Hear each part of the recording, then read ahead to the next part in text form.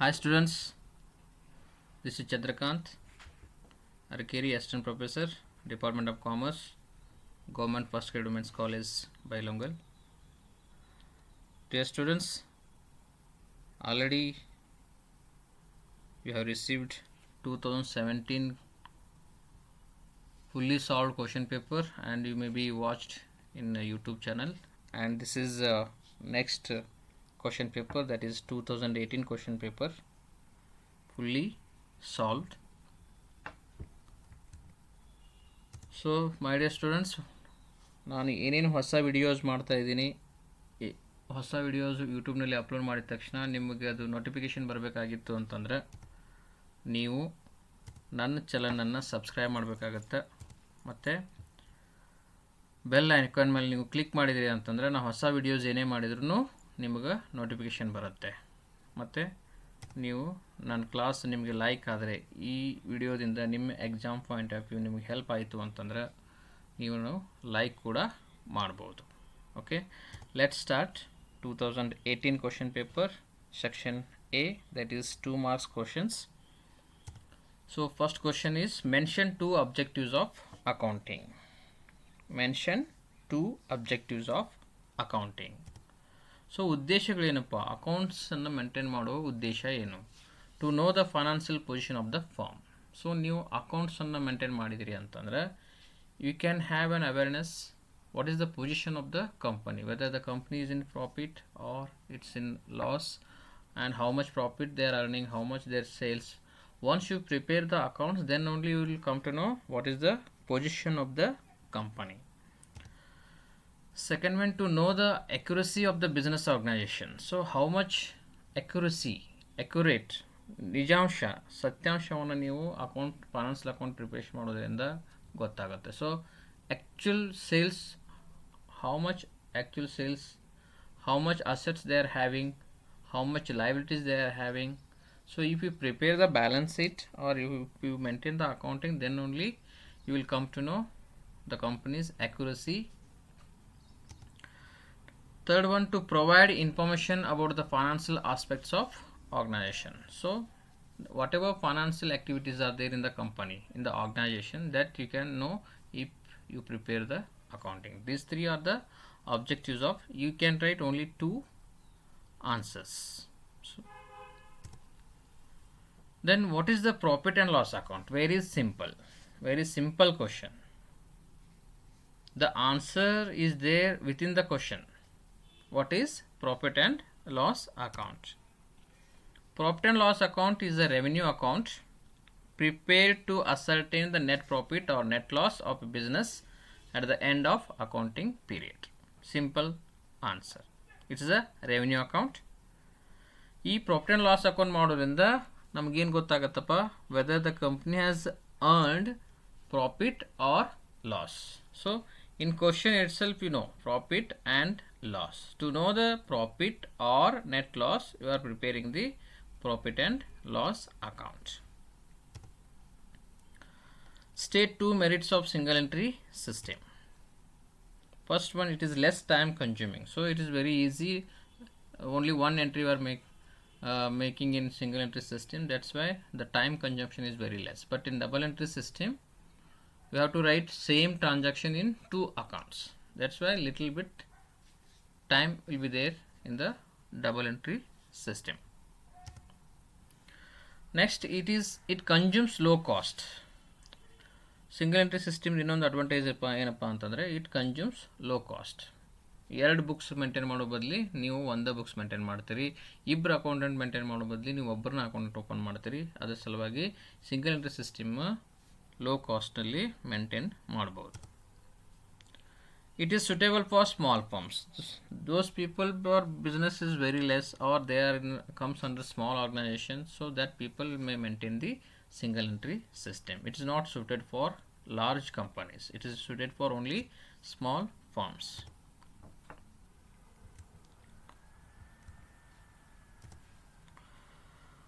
Who is solvent partner? In 2017 question paper, you may be observed that in that question they asked who is the insolvent partner. In this question, in this year, in 2018, they asked who is solvent partner. A partner whose liabilities are less than that of his assets or equal to his assets is known as a solvent partner. So insolvent partner ಅಂದ್ರೆ ಏನಪ್ಪ, liabilities ಜಾಸ್ತಿ ಇರುತ್ತೆ, assets ಕಡಿಮೆ ಇರುತ್ತೆ. But solvent partner ಅಂತಂದ್ರೆ liabilities it may be equal to his assets or assets are more than the liabilities. So that partner is called as a solvent partner. So this meaning we can find in the fourth chapter, that is dissolution of partnership. What is purchase consideration? So this question is again repeated question. It is a price payable by the purchasing company to the firm for taking over its assets and liabilities. Purchasing company ಯಾವ ಫರ್ಮನ್ನು ತೆಗೆದುಕೊಳ್ತಾ ಇದೆ ಆ firm assets ಮತ್ತು ಲೈಬಿಲಿಟೀಸನ್ನು ತೆಗೆದುಕೊಂಡ ನಂತರ ಅದಕ್ಕೇನು ನಾವು ಕನ್ಸಿಡರೇಷನನ್ನು pay ಮಾಡ್ತೀವಲ್ಲ ಅದಕ್ಕೆ ನಾವು ಪರ್ಚೇಸ್ ಕನ್ಸಿಡರೇಷನ್ ಅಂತ ಹೇಳ್ತೀವಿ. ಸೊ ಒಂದು ಕಂಪ್ನಿಯನ್ನು ಪರ್ಚೇಸ್ ಮಾಡಿದ ಮೇಲೆ ಅವ್ರಿಗೆ ಏನು ನಾವು ದುಡ್ಡು ಕೊಡ್ತೀವಿ ಅಥವಾ ಶೇರ್ ಮುಖಾಂತರ ಕೊಡ್ತೀವಿ ಅಥವಾ ಡಿಬೆಂಚರ್ಸ್ ಮುಖಾಂತರ ಕೊಡ್ತೀವಿ ಅದಕ್ಕೆ ನಾವು ಪರ್ಚೇಸ್ ಕನ್ಸಿಡರೇಷನ್ ಅಂತ ಹೇಳ್ತೀವಿ. Then what is joint venture? What is joint venture? The term joint venture means a particular form of business undertaken by two or more persons contributing required amount and share profit and loss at agreed rates. So there will be a two or more people who is agreed to sell some material, and after selling that products whatever profit comes they are sharing each other. So it's a particular form of business undertaken by two or more persons contributing required amount to do this business. ಇಬ್ಬರು ಅಥವಾ 4 ಜನ ಕೂಡಿ ಯಾವುದಾದ್ರೂ ಒಂದು ಬಿಸ್ನೆಸ್ಸನ್ನು ತೆಗೆದುಕೊಂಡು ಅದಕ್ಕೆ ಬೇಕಾದಂಥ ಖರ್ಚುಗಳನ್ನು ಹಾಕಿ ನಂತರ ಆ ಬಿಸ್ನೆಸ್ಸಿಂದ ಬಂದಂಥ ಪ್ರಾಫಿಟನ್ನು ಅವರೆಲ್ಲರೂ ಅಗ್ರೀಡ್ ರೇಟ್ಸ್ ಏನಿರುತ್ತಲ್ಲ ಅದರ ಪ್ರಕಾರ ಅವ್ರ ಪ್ರಾಫಿಟನ್ನು ಶೇರ್ ಮಾಡ್ಕೊಳ್ತಾರೆ. It may be equal or it may be unequal also. So that is called as a joint venture. What are accounting principles? So my dear students, as we explained in the first chapter, every account have a principle. ಕೆಲವೊಂದು ತತ್ವಗಳ ಮೇಲೆ ಅಕೌಂಟನ್ನು ನಾವು financial ಅಕೌಂಟ್ಸನ್ನು ಎಲ್ಲ ಕಂಪನಿಗಳು follow ಮಾಡ್ತವೆ. ನಾವು ಕೆಲವೊಂದಿಷ್ಟು ತತ್ವಗಳನ್ನು ಪಾಲಿಸಬೇಕಾಗತ್ತೆ. ಆ ತತ್ವಗಳು ಅಂದ್ರೇನು? Accounting principles are the guidelines and rules. It's the guidelines and rules of action to be adopted for the preparation of accounts and for the presentation of financial statements. So these are the guidelines. Principle means these are the guidelines and rules.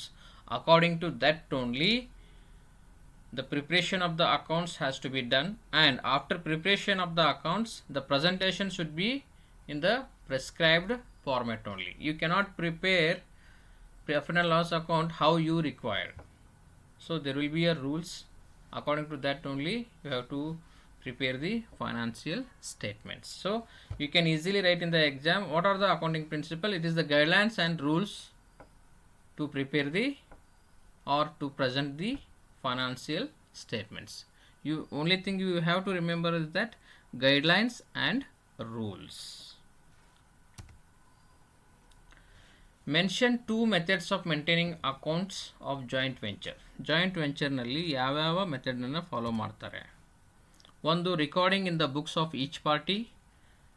ಇಬ್ಬರು party ಇದ್ರಂತಂದ್ರೆ ಅವ್ರ ಅಕೌಂಟಲ್ಲಿ joint venture ಮಾಡೋದು ಮತ್ತು ಇಬ್ಬರು ಅಕೌಂಟನ್ನು maintain ಮಾಡೋದು. ಇನ್ನೊಂದು, memorandum joint venture account.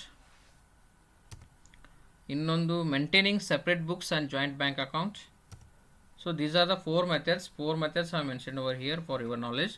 Accounting procedure when there are three ventures ಇದ್ರು ಅಂತಂದ್ರೆ ಯಾವ ರೀತಿ ಅಕೌಂಟಿಂಗ್ ಮಾಡಬೇಕು. ನಾವು ಪ್ರಾಬ್ಲಮ್ ಜಾಸ್ತಿ ಬಿಡಿಸೋದು recording in the books of each party, ನಂತರ ಇನ್ನೊಂದು maintaining separate books and joint bank account. So problem ಬಂದಾಗ ನಾನು ಹೇಳ್ತೀನಿ ಇದ್ರೆ ಯಾವ ರೀತಿ ನಾವು ಮಾಡ್ತೀವಿ ಅಂತ ಹೇಳಿ. ಈಗ ಬೇಸಿಕ್ ನೀವು 2 ಮಾರ್ಕ್ಸಿಗೆ ಯಾವ್ಯಾವ ಮೆಥಡ್ ಅದಾವ ಅಂತ ನೀವು ತಿಳ್ಕೊಳ್ಳಿ. What are final accounts? Name them. The final accounts are the financial statements prepared at the end of the accounting period to ascertain profit or loss of a business. The final accounts are trading account, profit and loss account and balance sheet. So ನೀವೇನು final account prepare ಮಾಡ್ತಿರಲ್ಲ, trading account, P&L account ಯಾಕೆ ಮಾಡ್ತೀವಿ? To know the profit and loss account when we will preparing the finance accounts after completion of the accounting period.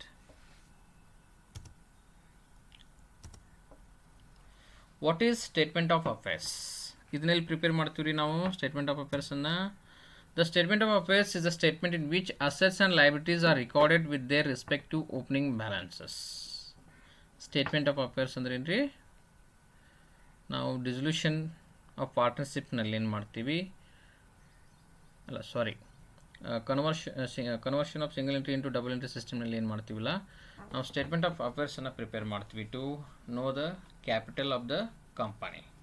So ಅವಾಗ ನಾವು assets ಎಷ್ಟಿದ್ದಾವೆ, liabilities ಎಷ್ಟಿದ್ದಾವೆ ಅಂತ ನಾವು entry ಮಾಡ್ತೀವಿ. ಅದನ್ನು ಮಾಡಿ we are calculating the capital. The statement of affairs is a statement in which assets and liabilities are recorded with their respective opening balances. Opening balance ಕೊಟ್ಟಿರ್ತಾರೆ, ಅದನ್ನು ತೊಗೊಂಡು ನೀವೇನು ಮಾಡ್ತೀರಿ, ಸ್ಟೇಟ್ಮೆಂಟ್ ಆಫ್ ಅಫೇರ್ಸನ್ನು ಬಿಡಿಸ್ತೀರಿ. ಅದ್ರ ಬೇಸಿಸ್ ಮೇಲೆ ನೀವು ಕ್ಯಾಪಿಟಲನ್ನು ಕ್ಯಾಲ್ಕುಲೇಷನ್ನು ಮಾಡ್ತೀರಿ. When the decision in Garner and versus Murray applied. The decision in Garner versus Murray is applied when there is at least one insolvent partner and two solvent partners. So Garner ಮತ್ತು ಮರ್ರೆ ಅವರು ಒಂದು partnership ಫರ್ಮ್ಗೆ ಒಂದು ರೂಲ್ಸನ್ನು apply ಮಾಡಿದರು. ಆ rules ಯಾವಾಗ apply ಆಗುತ್ತಪ್ಪ ಅಂತಂದರೆ when there is one partner is insolvent, ಅವನು ದಿವಾಳಿ ಆಗಿರ್ತಾನೆ, ಇಬ್ಬರು ಪಾರ್ಟ್ನರು ದಿವಾಳಿ ಆಗಿರೋದಿಲ್ಲ. ಆ ಒಂದು ಪಾರ್ಟ್ನರ್ ದಿವಾಳಿ ಆಗಿರೋದ್ರಿಂದ ಆ ಪಾರ್ಟ್ನರ್ಶಿಪ್ ಫರ್ಮನ್ನು ನಾವು ಡಿಸಲ್ಯೂಷನ್ ಮಾಡಬೇಕಾಗತ್ತೆ, ಹೊಡೆದು ಹಾಕಬೇಕಾಗತ್ತೆ, ಅಥವಾ ಅದನ್ನು ಬಂದ್ ಮಾಡಬೇಕಾಗತ್ತೆ. ಆವಾಗ ನಾವು you are applying the Garner versus Murray rules. ನಾವು ಹೊಸ ಕ್ಯಾಪಿಟಲ್ ರೇಷಿಯೋನ ಕಂಡುಹಿಡಿಯಬೇಕು. ಇನ್ಸಾಲ್ವೆಂಟ್ ಪಾರ್ಟ್ನರ್ದು ಏನೇನು ಕ್ಯಾಪಿಟಲ್ ಡೆಫಿಷಿಯನ್ಸಿ ಇರುತ್ತೆ ಅದನ್ನು solvent partners has to bring from their own properties.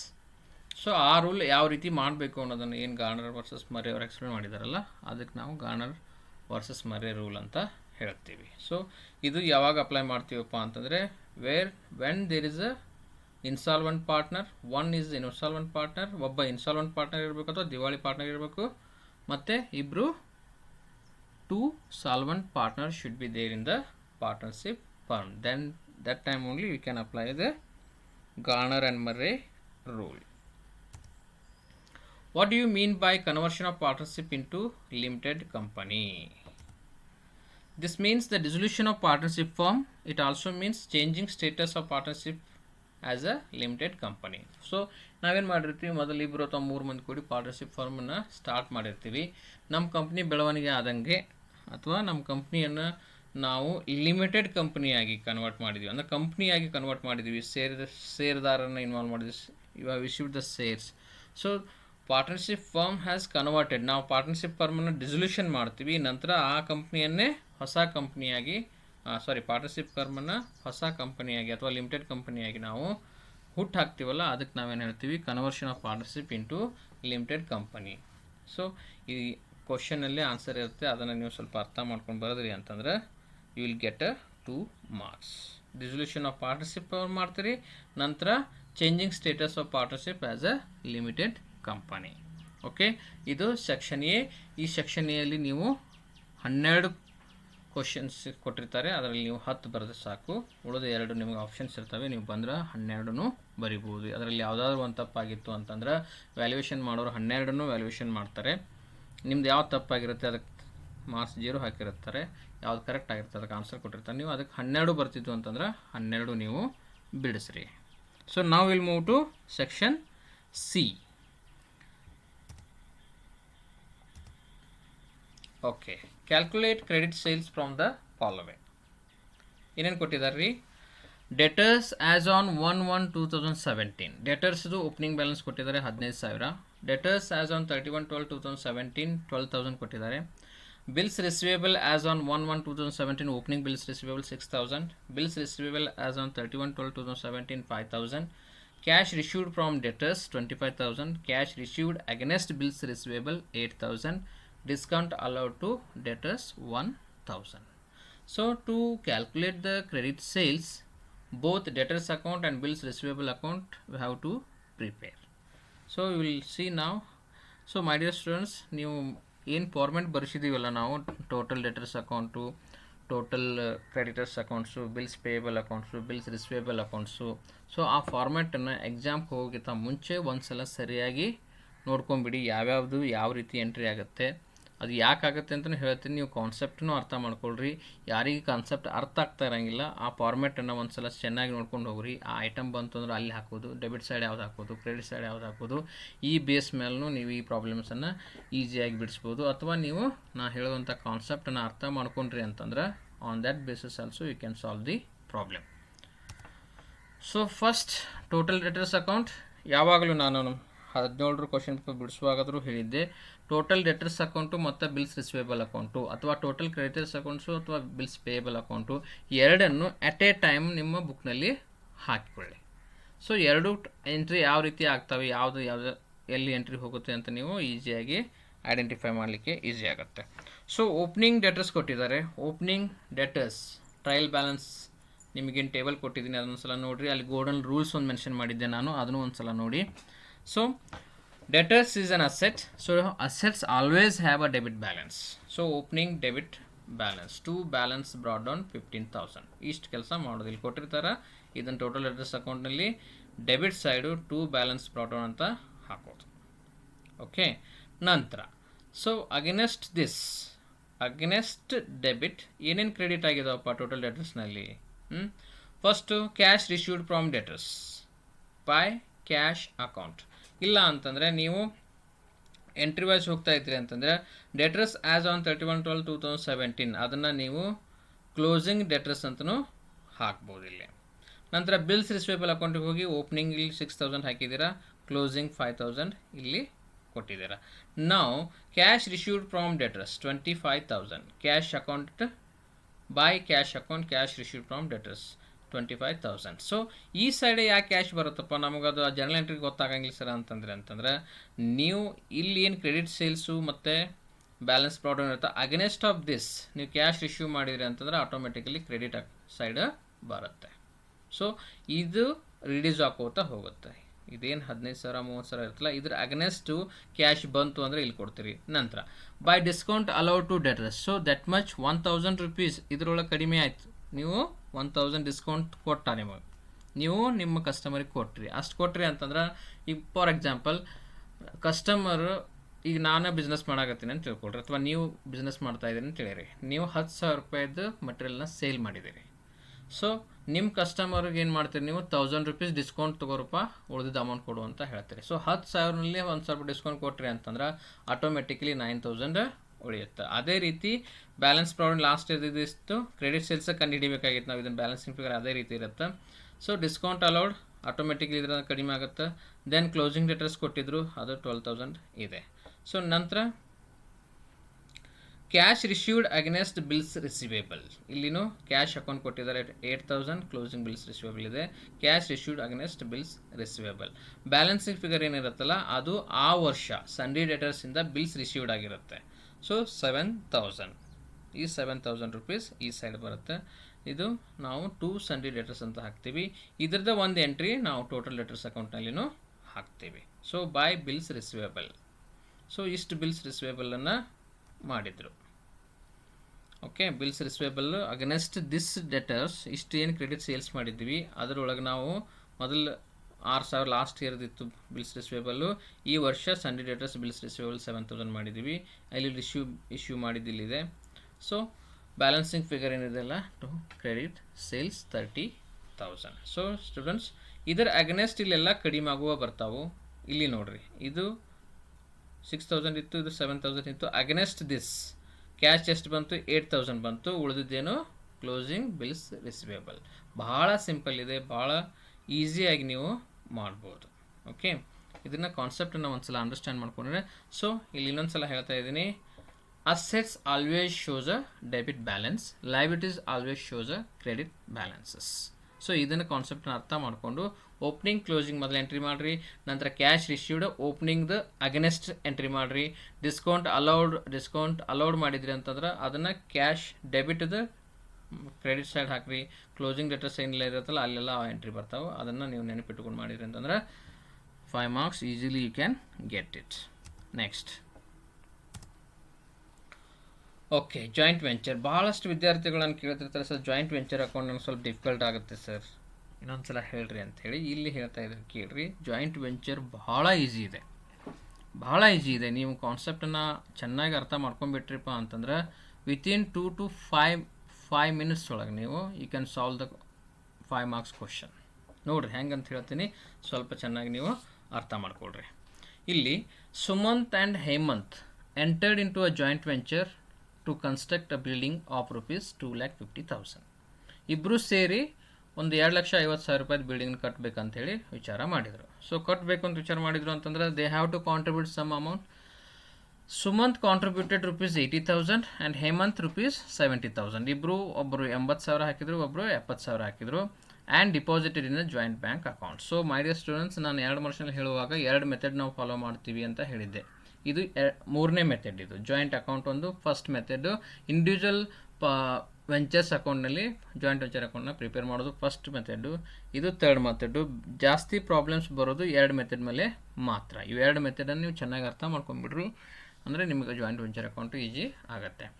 Materials purchased 90,000, wages paid by Sumant 40,000, engineers fees paid by Hemant 20,000. The contract was completed and price was received. They agreed to share the profit and loss equally. So ನೋಡಿರಿ ಏನೇನು ಕೊಟ್ಟಿದ್ದಾರಪ್ಪ ಪ್ರಾಬ್ಲಮನ್ನು ನೀವು ಒಂದು ಸಲ analyse ಮಾಡಿ ತಿಳ್ಕೊಂಡ್ರಿ ಅಂತಂದ್ರೆ 50% solution ಮಾಡಿದ ಹಾಗೆ. Okay, ಇಲ್ಲಿ ಜಾಯಿಂಟ್ ಅಕೌಂಟನ್ನು ಓಪನ್ ಮಾಡ್ತಾರೆ. ನಮಗಿಲ್ಲಿ ಬರೀ ಜಾಯಿಂಟ್ ವೆಂಚರ್ ಅಕೌಂಟ್ ಕೇಳಿದ್ದಾರೆ. ಜಾಯಿಂಟ್ ವೆಂಚರ್ ಅಕೌಂಟ್ ಕೇಳಿದಾಗ ನಾವು ಜಾಯಿಂಟ್ ಬ್ಯಾಂಕ್ ಅಕೌಂಟ್ ಪ್ರಿಪ್ರೇಷನ್ ಮಾಡೋ ಜರುರತ್ತಿಲ್ಲ. ಜಾಯಿಂಟ್ ವೆಂಚರ್ ಅಕೌಂಟ್ನಲ್ಲಿ ಏನೇನು ಬರುತ್ತೆ ಅನ್ನೋದನ್ನು ಹೇಳ್ತೀನಿ. ಸೊ ಮಟೀರಿಯಲ್ಸ್ ಪರ್ಚೇಸ್ 90,000, ಇದು ಇಬ್ಬರು ಸೇರಿಸಿ ಹಾಕಿದಂಥ ದುಡ್ಡಿಂದ ತೊಗೊಂಡಿದ್ದು. Wages paid by Sumanth. So Sumanth wages 40,000 ಯಾರು ಕೊಟ್ಟರು? ಸುಮಂತ್. ಮತ್ತೆ ಆ ಕ್ಯಾಶ್ ಹಾಕುವುದಲ್ಲದೆ ಸುಮಂತ್ ಮತ್ತೆ 40,000 ರೂಪಾಯಿ ವೇಜಸ್ಗೆ ಕೊಟ್ಟಿದ್ದಾನೆ. ನಂತರ engineers fee paid by Hemanth 20,000 ರೂಪಾಯಿ ಏನು ಮಾಡಿದ್ರು? ಹೇಮಂತ್ ಅವರು ಕ್ಯಾಶ್ ಹಾಕುವುದಲ್ಲದೆ 20,000 ರೂಪಾಯಿ ಅವರು ಎಂಜಿನಿಯರ್ಸ್ ಫೀಸನ್ನು ಕೊಟ್ಟಿದ್ದಾರೆ. ಸೊ ಇದು ಜಾಯಿಂಟ್ ವೆಂಚರ್ ಅಕೌಂಟ್ನಲ್ಲಿ ಯಾವ ರೀತಿ ಬರುತ್ತೆ ಅಂತ ನಾವು ನೋಡೋಣ. ಓಕೆ, ನೋಡ್ರಿ ಜಾಯಿಂಟ್ ವೆಂಚರ್ ಅಕೌಂಟ್ ಫಸ್ಟ್ ನಾವೇನು ಮಾಡ್ತೀವಿ? ನಾನು ಮತ್ತೆ ರಿಪೀಟ್ ಮಾಡ್ತಾ ಇದ್ದೀನಿ, it's like a trading account. ನೀವು ವ್ಯಾಲ್ಯೂಯೇಷನ್ ಆಫ್ ದ ಬಿಲ್ಡಿಂಗ್, ಆ ಬಿಲ್ಡಿಂಗ್ದು ವ್ಯಾಲ್ಯೂಯೇಷನ್ ಎಷ್ಟಿದೆಯಲ್ಲ, ಬಿಲ್ಡಿಂಗ್ ವ್ಯಾಲ್ಯೂ ಎಷ್ಟಿದೆಯಲ್ಲ, ಅದು ನಾವು ಇಂಡಿವಿಜುವಲ್ ಪಾರ್ಟ್ನರ್ಸ್ ಇತ್ತಪ್ಪ ಅಂತಂದರೆ ನಾವು ಬ್ಯಾಂಕ್ ಅಕೌಂಟ್ ಅಂತ ಮಾಡಿರ್ತೀವಿ. ಇಲ್ಲಿ ಇಬ್ಬರು ಕೂಡಿ ಇರೋದ್ರಿಂದ ನಾವೇನು ಮಾಡ್ತೀವಿ? ಇಲ್ಲಿ ಬೈ ಜಾಯಿಂಟ್ ಬ್ಯಾಂಕ್ ಅಕೌಂಟ್ ಅಂತ ಎಂಟ್ರಿ ಹಾಕ್ತೀವಿ. ಸೊ 2,50,000 ನೀವು ಇಲ್ಲಿ ಹಾಕಿರಿ. Against of this 2,50,000 what are the expenditures you have done, that will comes under debit column. Debit side ಏನು ಮಾಡ್ತಿರಲ್ಲ ನೀವು.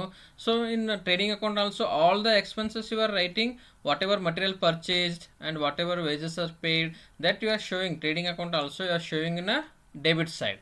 You just think it is a trading account only.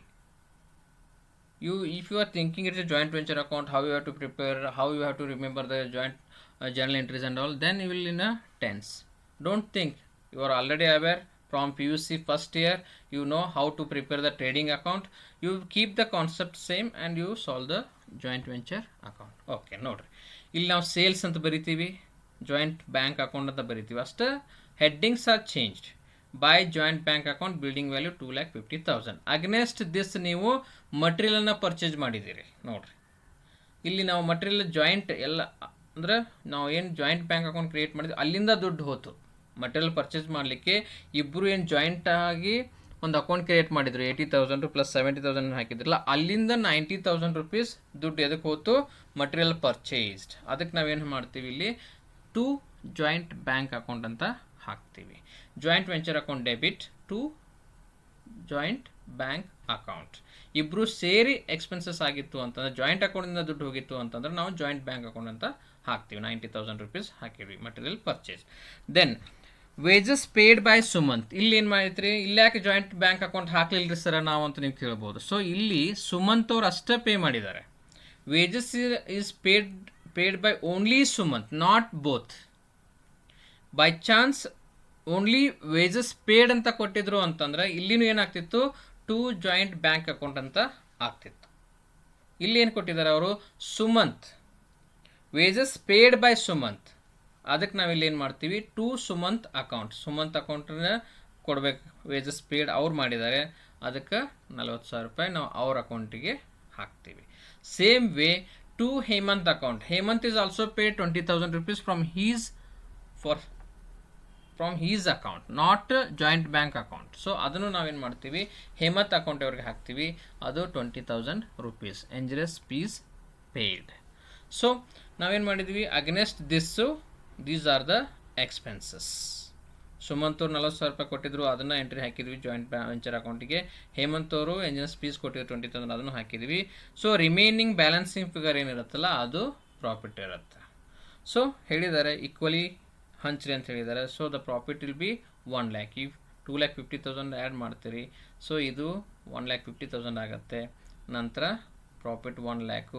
So equally ನೀವು 50,000 entry ಮಾಡ್ತೀರಿ. So my dear students, joint venture account is very very very easy. So 5 marks ಕ್ವಶನ್ನಿಗೆ ನೀವು 5 minutes spend ಮಾಡಿದ್ರೆ ಸಾಕು. 5 marks are in your pockets. Okay, next move to 4th question. ಭಾಳ simple. X company limited agree to take over all the assets and liabilities of the firm. The purchase price is paid as follows. ನಾವು ಒಂದು company, purchasing company ಒಂದು ಫರ್ಮನ್ನು purchase ಮಾಡಿದೆ, ಅವರಿಗೆ purchase consideration ಕೊಡಬೇಕಾಗಿತ್ತು, ಅಂದರೆ ದುಡ್ಡು ಕೊಡಬೇಕಾಗಿತ್ತು. ಅದನ್ನು ಈ 2 ಫಾರ್ಮ್ನಲ್ಲಿ ಕೊಟ್ಟಿದ್ದಾರೆ. ಒಂದು 30,000 rupees ಕ್ಯಾಶ್ ಮುಖಾಂತರ ಕೊಟ್ಟಿದ್ದಾರೆ, ಇನ್ನೊಂದು ಏನು ಕೊಟ್ಟಿದ್ದಾರಪ್ಪ ಅಂತಂದ್ರೆ issue of 10,000 equity shares of ₹10 each, valued at ₹12 per share. So ಬಹಳಷ್ಟು ವಿದ್ಯಾರ್ಥಿಗಳು ಇಲ್ಲಿ ಕನ್ಫ್ಯೂಸ್ ಆಗೋ ಚಾನ್ಸಸ್ ಇರುತ್ತೆ. ಮುಖಬೆಲೆ 10 ರೂಪಾಯಿ ಇದೆ, ಆದರೆ ಅದನ್ನು ಮಾರ್ಕೆಟ್ನಲ್ಲಿ ಅದರದ್ದು ವ್ಯಾಲ್ಯೂ ಎಷ್ಟಿತ್ತು ಅಂತಂದರೆ 12 per share ಇತ್ತು. ಸೊ ಅವಾಗ ಏನು ಮಾಡ್ತೀವಿ ನಾವು, 10,000 × 12 ಅಂತ ಮಾಡಿ ಅವರ ಪರ್ಚೇಸ್ ಕನ್ಸಿಡರೇಷನನ್ನು ಕೊಡ್ತೀವಿ. ಸೊ ವಿದ್ಯಾರ್ಥಿಗಳು ಈ ರೇಟ್ ತೊಗೊಳ್ಳೋಣ ಅಥವಾ ಈ ರೇಟ್ ತೊಗೊಳ್ಳೋಣ ಅಂತ ಕನ್ಫ್ಯೂಸ್ ಮಾಡ್ತಾರೆ. ಆದರೆ ಮಾರ್ಕೆಟ್ ವ್ಯಾಲ್ಯೂ ಆವಾಗ ಆ 10,000 ಶೇರ್ಗಳನ್ನು ನಾವು ಯಾವ ಕಂಪ್ನಿಯಿಂದ ಪರ್ಚೇಸ್ ಮಾಡ್ತಾ ಇದ್ವಿ, ಆ ಕಂಪ್ನಿ ಪರ್ಚೇಸಿಂಗ್ ಕಂಪ್ನಿ ಶೇರ್ಸನ್ನು ಅವ್ರಿಗೆ ಇಶ್ಯೂ ಮಾಡ್ತಿರ್ತಾರೆ. ಆವಾಗ ಅದರ ವ್ಯಾಲ್ಯೂ 12 ರೂಪಾಯಿ ಇತ್ತು. ಅದನ್ನು ನಾವು ಕನ್ಸಿಡರ್ ಮಾಡಿ 10,000 ಶೇರ್ಸ್ಗಳನ್ನು ಇಶ್ಯೂ ಮಾಡ್ತೀವಿ. So computation of purchase consideration, issue of 10,000 equity shares of ₹10 each, valued at ₹12 per share. So 10,000 shares into ₹12 per share, that is 1,20,000. Then cash ಮುಖಾಂತರ 30,000 ಕೊಟ್ಟಿದ್ದಾರೆ, in cash 30,000. So total purchase consideration is 1,50,000. ಇದು ನೋಡ್ರಿ, ಎಷ್ಟು ಬರೀಲಿಕ್ಕೆ ರೀ, 2 ನಿಮಿಷ ಸಾಕು. ನೀವು 5 ಮಾರ್ಕ್ಸಿನ ಕ್ವಶನ್ ಸಾಲ್ವ್ ಮಾಡಲಿಕ್ಕೆ ನೀವು ಕೊಡುವಂಥ ಟೈಮು 2 minutes. ಇದರಲ್ಲಿ ಏನಿದೆ ಹೇಳ್ರಿ, ವಿದ್ಯಾರ್ಥಿಗಳು ಕನ್ಫ್ಯೂಸ್ ಆಗೋಲಿಕ್ಕೇನೆ ಏನು ಮಾಡಿರ್ತಾರೆ, ಅವರು ಇಕ್ವಿಟಿ ಶೇರ್ 10 rupees ಅಂತ ಕೊಟ್ಟಿರ್ತಾರೆ, ನಂತರ ವ್ಯಾಲ್ಯೂಡ್ ಆಟ್ ₹12 ಅಂತ ಕೊಟ್ಟಿರ್ತಾರೆ. ವ್ಯಾಲ್ಯೂಡ್ ಅಂತ ಏನು ಮಾರ್ಕೆಟ್ ಪ್ರೈಸ್ ಕೊಟ್ಟಿರ್ತಾರಲ್ಲ ಅದನ್ನು ನೀವು ತೊಗೊಂಡು ನೀವು ಪರ್ಚೇಸ್ ಕನ್ಸಿಡರೇಷನನ್ನು ಕಂಡು ಹಿಡಿಬೇಕು. Okay, next move to next question. Okay, ಇದು ಗಾರ್ನರ್ ವರ್ಸಸ್ ಮರ್ರೆ, ಅವು 2 ಮಾರ್ಕ್ಸ್ ಕ್ವಶನಲ್ಲಿ ಕೇಳಿದ್ರು ನೋಡ್ರಿ. The balance sheet of A, B and C on dissolution of their firm stood as follows. Liabilities, assets. A, B, C 10,000, 5,000, 3,000. Realization loss 18,000. What a simple. The partners shared profits and loss equally. C become insolvent and nothing could be recovered from his properties. Write up the capital accounts of partners applying the rule in Garner versus ಮರ್ರೆ. So Garner versus ಮರ್ರೆ ಅವ್ರ rule ಎಲ್ಲಿ apply ಆಗುತ್ತಂತ 2 ಮಾರ್ಕ್ಸ್ನಲ್ಲಿ ಕೇಳಿದರು. ಯಾವಾಗ ಒಬ್ಬ partner insolvent ಆಗ್ತಾನೆ, other partners R solvent, ಆ ಸಂದರ್ಭಗಳಲ್ಲಿ ನಾವು ಗಾರ್ನರ್ ವರ್ಸಸ್ ಮರ್ರೆ ಅವರ ರೂಲನ್ನು ಅಪ್ಲೈ ಮಾಡ್ತೀವಿ. ಸೊ ಇಲ್ಲಿ ಏನು ಪ್ರಿಪೇರ್ ಮಾಡ್ಲಿಕ್ಕೆ ಹೇಳಿದಾರಪ್ಪ ನಮ್ಗೆ, write up the capital accounts of partners. ನಾವು ಪಾರ್ಟ್ನರ್ಸ್ ಕ್ಯಾಪಿಟಲ್ ಅಕೌಂಟನ್ನು ನಾವು ಇಲ್ಲಿ ಪ್ರಿಪೇರ್ ಮಾಡಬೇಕು. So my dear students, start putting format of partners capital account. Okay, ಇಲ್ಲಿನೂ ಭಾಳ ಸಿಂಪಲ್ ಇದೆ. ಫಸ್ಟ್ ಏನು ಮಾಡ್ತೀರಿ ನೀವು, capital is an liability to the company, so that's why you are showing in a credit side. Simple, ಅಷ್ಟೇ ತಿಳ್ಕೊಂಬಿಡ್ರಿ. By balance brought down ಕೊಟ್ಟಿದ್ದಾರೆ, ಇಲ್ಲಿ 10,000, 5,000, 3,000 ಕೊಟ್ಟಿದ್ದಾರೆ. ಫಸ್ಟ್ ಎಂಟ್ರಿ ಮಾಡ್ತೀರಿ 10,000, 5,000, 3,000. ಇದು ಫಸ್ಟ್ ಎಂಟ್ರಿ, ಫಸ್ಟ್ ಸ್ಟೆಪ್. ನಾನು ಸ್ಟೆಪ್ ಬೈ ಸ್ಟೆಪ್ ಆಗಿ ಹೇಳ್ಕೊತಾ ಹೋಗ್ತಾ ಇರ್ತೀನಿ. ಯಾವುದು ನೋಡಿದ ತಕ್ಷಣ ಆ ಎಂಟ್ರಿ ಎಲ್ಲಿ ಹೋಗಬೇಕು ಅಂತ ನಿಮ್ಗೆ ಗೊತ್ತಾಗಬೇಕು. ಓಕೆ, ನಂತರ ಏನು ಕೊಟ್ಟಿದ್ದಾರೆ? ರಿಯಲೈಸೇಷನ್ ಲಾಸ್ ಕೊಟ್ಟಿದ್ದಾರೆ. So that loss has to be recover from the partners. First ನಾವೇನು ಮಾಡ್ತೀವಿ, ಆ ರಿಯಲೈಸೇಷನ್ ಅಕೌಂಟನ್ನು ಫಸ್ಟ್ ನಾವು ಪಾರ್ಟ್ನರ್ಸಿಗೆ ಹಂಚ್ತೀವಿ. ಇದು ಸ್ಟೆಪ್ 2 ರಿಯಲೈಸೇಷನ್ ಅಕೌಂಟ್ ಲಾಸನ್ನು ನಾವು ಯಾವಾಗಲೂ ಡೆಬಿಟ್ ಸೈಡ್ ಹಾಕ್ತೀವಿ. ಸೊ ಈಕ್ವಲಿ ಅಂತ ಹೇಳಿದ್ದಾರೆ 6000 6000 6000.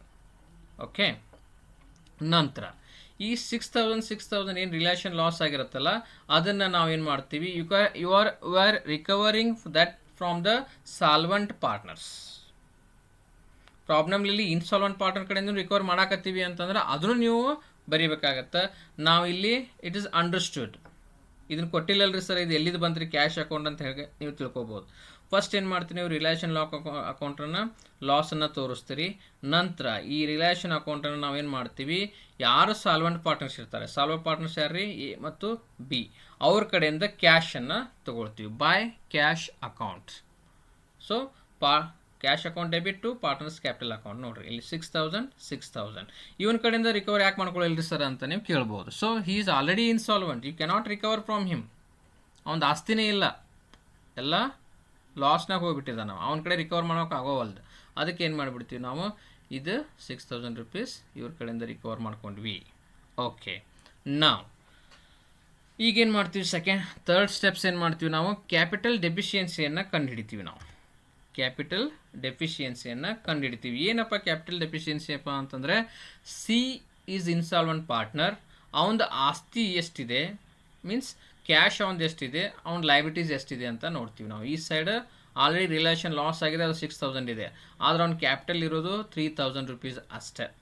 ಸೊ ಇನ್ನು 3000 ಕ್ಯಾಪಿಟಲ್ ಡೆಫಿಷಿಯನ್ಸಿಯನ್ನು ಯಾರು ಸಾಲ್ವೆಂಟ್ ಪಾರ್ಟ್ನರ್ ಇರ್ತಾರೆ ಅವರು ಆ ಅಮೌಂಟನ್ನು ಹಾಕಬೇಕಾಗತ್ತೆ before closing the partnership firm. So ನಾವೇನು ಮಾಡ್ತೀವಿ, ಇದು ಇಂಪಾರ್ಟೆಂಟ್ ಇರೋದು, ಗಾರ್ಡನರ್ ಮರೆ ಹೇಳೋದು ಅದನ್ನೇ, ಕ್ಯಾಪಿಟಲ್ ಡೆಫಿಷಿಯನ್ಸಿ ಕಂಡುಹಿಡಿಬೇಕು.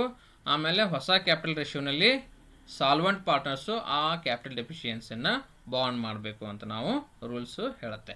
Working note number 1, calculation of capital deficiency of A C. ಅವ್ನ ಟೋಟಲ್ ಲೈಬಿಲಿಟಿ ಎಷ್ಟಿದೆ, 6000 ಇದೆ, ಅವ್ನ ಅಸೆಟ್ ಎಷ್ಟಿದೆ, 3000 ಇದೆ. So 3000 will be capital deficiency. So ನಾವು ಈಗೇನು ಮಾಡಬೇಕಪ್ಪ ಅಂತಂದರೆ ಕ್ಯಾಪಿಟಲ್ ರೇಷಿಯೋ ಕಂಡುಹಿಡಿಬೇಕು, ಹೊಸ ಕ್ಯಾಪಿಟಲ್ ರೇಷಿಯೋಸನ್ನು ಕಂಡುಹಿಡಿಬೇಕಾಗತ್ತೆ. Working note number 2, calculation of capital ratio of A and B. ಇವ್ರದ್ದು ಹೊಸ ಕ್ಯಾಪಿಟಲ್ ರೇಷಿಯೋಸನ್ನು ಕಂಡುಹಿಡಿತೀವಿ ನಾವು. ಏನು ಮಾಡ್ತೀವಿ ನೋಡ್ರಿ, 10,000 5,000 ಇವ್ರದ್ದು ಕ್ಯಾಪಿಟಲ್ ಇಷ್ಟಿದೆ. ಮೊದಲು ಈಕ್ವಲ್ ಅಂತ ಹೇಳಿದರು, ಈಗ ಹೊಸ ಕ್ಯಾಪಿಟಲ್ ರೇಷಿಯೋನಲ್ಲಿ ನಾವು ಅವನ ಕಡೆಯಿಂದ ದುಡ್ಡು ತೊಗೊಳ್ತೀವಿ. So 10,000 to 5,000, so 2:1 is the new capital ratio to recover the deficiency of the insolvent partner, that is C. ತಿಳಿತು? ಅದಕ್ಕೆ ನಾವೇನು ಮಾಡ್ತೀವಿ, A's capital account by A's capital account 3000 into 2/3 2000 rupees. So C ಕೊಡಬೇಕಾಗಿದ್ದನ್ನು ಯಾರು ಕೊಟ್ಟರು, ಎ ಕೊಟ್ಟ, ನಂತರ B ಕೊಟ್ಟರು, ಅವರ ಹೊಸ ಕ್ಯಾಪಿಟಲ್ ರೇಷಿಯೋ ಬೇಸ್ ಮೇಲೆ 2000 1000 ರೂಪೀಸ್ ಏನು ಮಾಡಿದ್ರು ಇವರು ಕೊಟ್ಟರು. ಸೊ ಇಲ್ಲೇನಾಗುತ್ತೆ, ಇನ್ನೊಂದು ಎಂಟ್ರಿ ಬರುತ್ತೆ, to C's capital account 2000 1000. So ಇದು ಅವ್ರಿಗೆ ಲಾಸ್ ಆಯ್ತಲ್ಲ. So again they have brought the money. C's ಡೆಫಿಷಿಯನ್ಸಿಯನ್ನು ಇವ್ರು ತುಂಬಿಕೊಟ್ರು, ಇವ್ರು ತುಂಬಿಕೊಟ್ಟಿದ್ದಕ್ಕೆ ಇವರಿಗೆ ಲಾಸ್ಟಿಗೆ ಏನು ದುಡ್ಡು ಉಳಿಯುತ್ತಲ್ಲ ಆ ದುಡ್ಡನ್ನು ಅವ್ರಿಗೆ ನಾವು ಕೊಡ್ತೀವಿ. ಸೊ ಫಸ್ಟ್ ಸ್ಟೆಪ್ ಏನು ಮಾಡಿದ್ದೀವಿ ರೀ, ಬ್ಯಾಲೆನ್ಸ್ ಬ್ರಾಟ್ ಡೌನ್ ಮಾಡ್ಕೊಂಡು ಬಂದ್ವಿ. ನಂತರ ರಿಲೇಷನ್ ಲಾಸನ್ನು ಹಂಚಿದ್ವಿ. ನೋಡಿ ಪಾರ್ಟ್ನರ್ಸ್ ಕ್ಯಾಪಿಟಲ್ ಅಕೌಂಟಲ್ಲಿ ಇಷ್ಟ ಬರುತ್ತೆ. ಮೊದಲು ಬ್ಯಾಲೆನ್ಸ್ ಬ್ರಾಟ್ ಡೌನ್ ಮಾಡ್ಕೊಳ್ತೀರಿ. ಓಕೆ, ಯಾಕೆ ಇಲ್ಲಿ ಬಂತು ಸರ್, ಇದನ್ನು ಕ್ರೆಡಿಟ್ ಸೈಡ್ ಯಾಕೆ ಹಾಕಿದ್ರಿ, capital is a liability, that's why all liabilities comes under credit balance, credit side ಹಾಕ್ತೀವಿ. ಸೊ ನಂತರ ಏನು ಮಾಡಿದ್ವಿ, ರಿಲೇಷನ್ ಲಾಸನ್ನು ಹಂಚಿದ್ವಿ 6000 ನಂತರ ಕ್ಯಾಪಿಟಲ್ ಡೆಫಿಷಿಯನ್ಸಿ ಕಂಡು ಹಿಡಿತೀವಿ, ಈ ಸ್ಟೆಪ್ಸ್ ಮಾಡ್ತೀವಿ. ಮಾಡಿದ ನಂತರ 3000 ಕ್ಯಾಪಿಟಲ್ ಡೆಫಿಷಿಯನ್ಸಿ ಆಗುತ್ತೆ. ನಂತರ ಈ ಸ್ಟೆಪ್ಸ್ ಮಾಡ್ತೀವಿ. ಸೊ 2:1 ಕ್ಯಾಪಿಟಲ್ ರೇಷಿಯೋಸ್ ಬಂತು. ನಂತರ ನಾವೇನು ಮಾಡ್ತೀವಿ, ಆ ರೇಷಿಯೋನ ಮೇಲೆ ಸೀದನ್ನು ಅವನ ಲಾಸನ್ನು ರಿಕವರ್ ಮಾಡ್ಕೊಳ್ಳಲಿಕ್ಕೆ ಎ ಮತ್ತು ಬಿ ಆ ಕ್ಯಾಶನ್ನು ಹಾಕ್ತಾರೆ.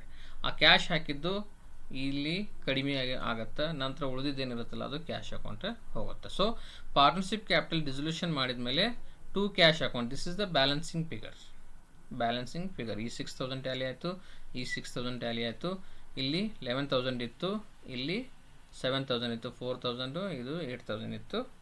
So balancing figure is the cash account. So ಈ ಪಾರ್ಟ್ನರ್ಶಿಪ್ ಕ್ಯಾಪಿಟಲ್ ಡಿಸಲ್ಯೂಷನ್ ಆದ ನಂತರ the solvent partners A and B are getting the remaining cash 8,000 and 4,000. ಬಹಳ ಸಿಂಪಲ್ ಇದೆ, ವಿದ್ಯಾರ್ಥಿಗಳು ಯಾವುದೇ ರೀತಿಯಾದ ಕನ್ಫ್ಯೂಸ್ ಮಾಡ್ಕೊಳ್ಳೋ ಜರೂರತ್ ಇಲ್ಲ. ನಾ ಏನು ಸ್ಟೆಪ್ಸ್ ಹೇಳಿದ್ನಲ್ಲ ಆ ಸ್ಟೆಪ್ಸನ್ನ ನೆನಪಿಟ್ಕೊಳ್ಳಿ and you can get the marks. ನಿಮಗೇನು ತಿಳಿಲಿಲ್ಲ ಅಂತಂದರೆ you can comment in YouTube and you can contact me in my mobile number or you can mail me, which was shown in my first slide. Anytime you can contact me if you have any doubt regarding these problems. Okay, ಇದೊಂದು 6th questions theoretical base ಕೇಳಿದ್ದಾರೆ. ಎಲ್ಲ ವಿದ್ಯಾರ್ಥಿಗಳು theory ಅಂತಂದ್ರೆ ಅಯ್ಯೋ theory ಬರಿಬೇಕಲ್ರಿ ಅಂತ ವಿಚಾರ ಮಾಡ್ತೀರಿ. ಥೇರಿನೂ ಇಂಪಾರ್ಟೆಂಟ್ ಇರುತ್ತೆ. To understand the concept you should read the theories. ನಾವು ವಿದ್ಯಾರ್ಥಿಗಳು ಏನು ತಪ್ಪು ಮಾಡ್ತೀವಪ್ಪ ಅಂತಂದರೆ ನಾವು ಥೆರಾಟಿಕಲ್ ಪಾರ್ಟ್ ಓದಲಿಕ್ಕೆ ಹೋಗಂಗಿಲ್ಲ. ಪ್ರಾಬ್ಲಮ್ ಬಿಡಿಸೋದು, ಇದು ಬಂತ ಡೆಬಿಟ್ ಹಾಕೋದು, ಇದು ಬಂತ ಇದು ಕ್ರೆಡಿಟ್ ಹಾಕೋದು, ಹಂಗಲ್ಲ. You should understand concept, why it is debiting and why it is crediting. ಅದು ಥೆರಾಟಿಕಲ್ ಪಾರ್ಟನ್ನು ರೀಡ್ ಮಾಡಿದಾಗ ಗೊತ್ತಾಗತ್ತೆ ನಿಮಗೆ.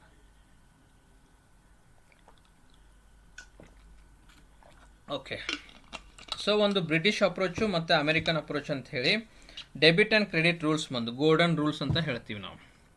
ಬ್ರಿಟಿಷ್ ಅಪ್ರೋಚ್ನಲ್ಲಿ debit what comes in, debit what goes out ಅವೆಲ್ಲ ಕಲ್ತಿರಲ್ಲ. Personal account, real account, nominal account, ಅದನ್ನು ಇನ್ನೊಂದ್ಸಲ ಓದ್ಕೊಳ್ರಿ, ನಿಮ್ಮ ಜೀವನದಲ್ಲಿ ಅದು ಬೇಕಾಗತ್ತೆ.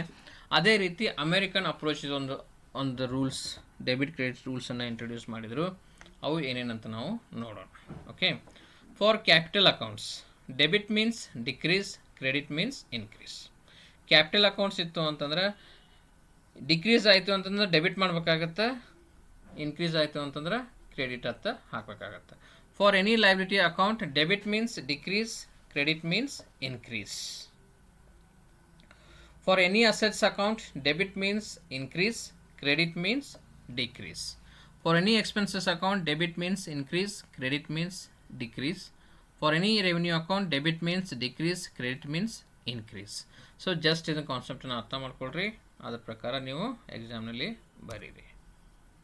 ಸೊ ಇದೊಂದು ಟೇಬಲ್ ಹಾಕಿದ್ದೀನಿ ನಾನು, ಈ ಟೇಬಲ್ ನೀವು ನೆನಪಿಟ್ಟುಕೊಂಡ್ರೆ ಸಾಕು.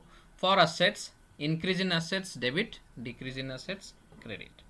For liabilities decrease in liabilities debit, increase in liabilities credit. For capital decrease in capital debit, increase in capital credit.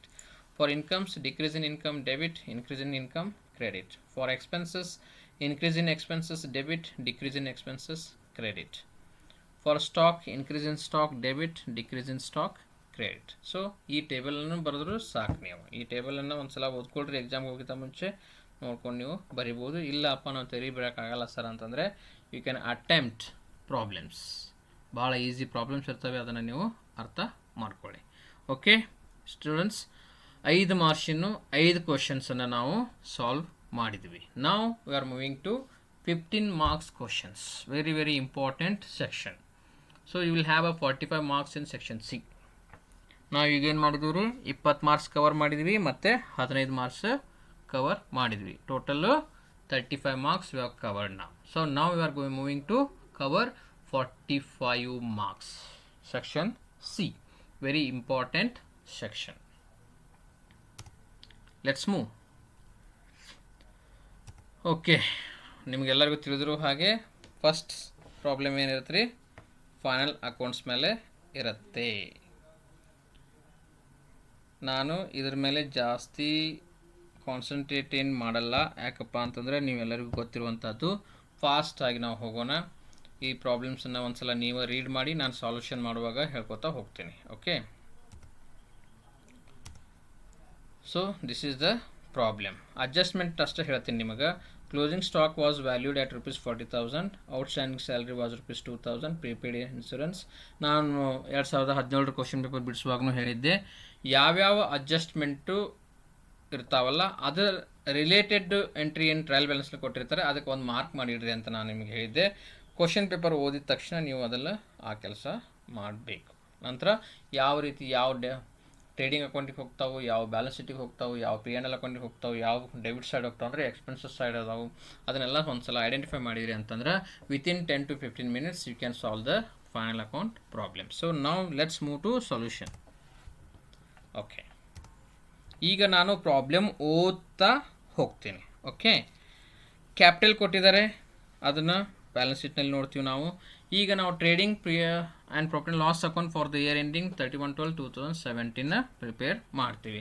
ಇದರ ಫಾರ್ಮ್ಯಾಟನ್ನು ಆಲ್ರೆಡಿ ನಾವು ಬರ್ಸಿದ್ವಿ. ಫಸ್ಟ್ ಏನು ಬರುತ್ತಪ್ಪ, ಓಪನಿಂಗ್ ಸ್ಟಾಕ್ ಬರುತ್ತೆ. ಸೊ ರಿಟರ್ನ್ಸ್ ಕೆಳಗಡೆ ಕೊಟ್ಟಿದ್ದಾನೆ ನೋಡಿರಿ, ಓಪನಿಂಗ್ ಸ್ಟಾಕ್ 32,000 rupees ಇಲ್ಲಿ ಹಚ್ಚಿದೆ. ಓಕೆ, ನೆಕ್ಸ್ಟ್ ಓಪನಿಂಗ್ ಸ್ಟಾಕ್ ಆದ ತಕ್ಷಣ ಪರ್ಚೇಸ್ ಬರುತ್ತೆ, ಪರ್ಚೇಸ್ ಆ್ಯಂಡ್ ಸೇಲ್ಸ್ ಅಂತ ಕೊಟ್ಟಿದ್ದಾರೆ. ಸರ್ ಈಗ ಹೆಂಗೆ ರೀ, ನಮ್ಗೆ ಇನ್ನೂ ಕನ್ಫ್ಯೂಸ್ ಆಕೈತೆ ರೀ ಸರ್, ಪರ್ಚೇಸ್ ಯಾವುದು ಇದ್ರಾಗ ಸೇಲ್ಸ್ ಯಾವುದು ನನಗೆ ಗೊತ್ತಾಗಂಗಿಲ್ಲ ರೀ ಸರ್ ಅಂತೇಳಿ. ಸೊ ಕ್ರೆಡಿಟ್ ಸೈಡ್ ಇದ್ದಿದ್ದು ಸೇಲ್ಸು, ಡೆಬಿಟ್ ಸೈಡ್ ಇರೋದು purchase. Sales is a revenue. So revenues ಯಾವಾಗಲೂ ಕ್ರೆಡಿಟ್ ಬ್ಯಾಲೆನ್ಸನ್ನು ತೋರಿಸ್ತವೆ. So purchase is an expenses, ಅದು ಎಕ್ಸ್ಪೆನ್ಸಸ್ ಆಲ್ವೇಸ್. ಅದಕ್ಕೆ ನಾನು ಹೇಳ್ತಾ ಇದ್ದೀನಿ, ಟ್ರಯಲ್ ಬ್ಯಾಲೆನ್ಸ್ ಕ್ಲಾಸ್ ಇದೆ ನಂದು, ವಿಡಿಯೋ ಆಲ್ರೆಡಿ ಯೂಟ್ಯೂಬ್ನಲ್ಲಿದೆ. ಟ್ರಯಲ್ ಬ್ಯಾಲೆನ್ಸ್ ಒಂದು ಗೋಲ್ಡನ್ ರೂಲ್ಸ್ನು ಅದರಲ್ಲಿ ಹಾಕಿದ್ದೀನಿ. ಮೋಸ್ಟ್ಲಿ ಸೆಷನ್ 10 or ಸೆಷನ್ 11 ಅಥವಾ ಸೆಷನ್ 9, 10, 11 ಮೂರು ಸೆಷನ್ನು ಒಂದು ಸಲ ನೋಡಿರಿ. ಅಲ್ಲಿ ಎಲ್ಲ ಹೇಳಿದ್ದೀನಿ ನಾವು ಯಾವುದು ಡೆಬಿಟ್ ಆಗುತ್ತೆ, ಯಾವುದು ಕ್ರೆಡಿಟ್ ಆಗುತ್ತೆ ಅಂಥೇಳಿ. ಅದ್ರ ಮೇಲೆ ನೀವು ಈಸಿಯಾಗಿ ತಿಳ್ಕೊಬೋದು. ಸೊ ಪರ್ಚೇಸ್ 1,61,000 ಇದೆ ಸರ್. ರಿಟರ್ನ್ಸ್ನು ಗೊತ್ತಾಗಂಗಿಲ್ಲ ಸರ್ ನಮಗೆ, ಡೆಬಿಟ್ ಇದ್ರಾಗ ಯಾವುದು ಪರ್ಚೇಸ್ ರಿಟರ್ನ್ ರೀ, ಯಾವುದು ಕ್ರೆಡಿಟ್ ಸೇಲ್ಸ್ ರಿಟರ್ನ್ ಅಂತ ನಮ್ಗೆ ಗೊತ್ತಾಗಂಗಿಲ್ಲ ಸರ್.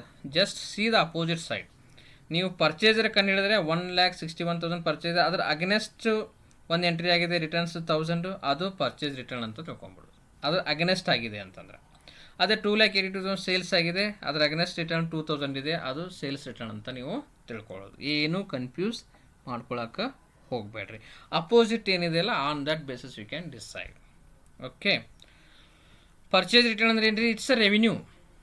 ನೀವು ಗೂಡ್ಸ್ ಪರ್ಚೇಸ್ ಮಾಡಿದ್ರಿ, ಅದ್ರಾಗ 1,000 ರೂಪಾಯಿ ಮಟೀರಿಯಲ್ನ ವಾಪಸ್ ಕೊಟ್ರಿ ಅಂದ್ರೆ ಅವ ದುಡ್ಡು ಕೊಡ್ಬೇಕು ನಿಮ್ಗೆ, it's treated as a revenue only.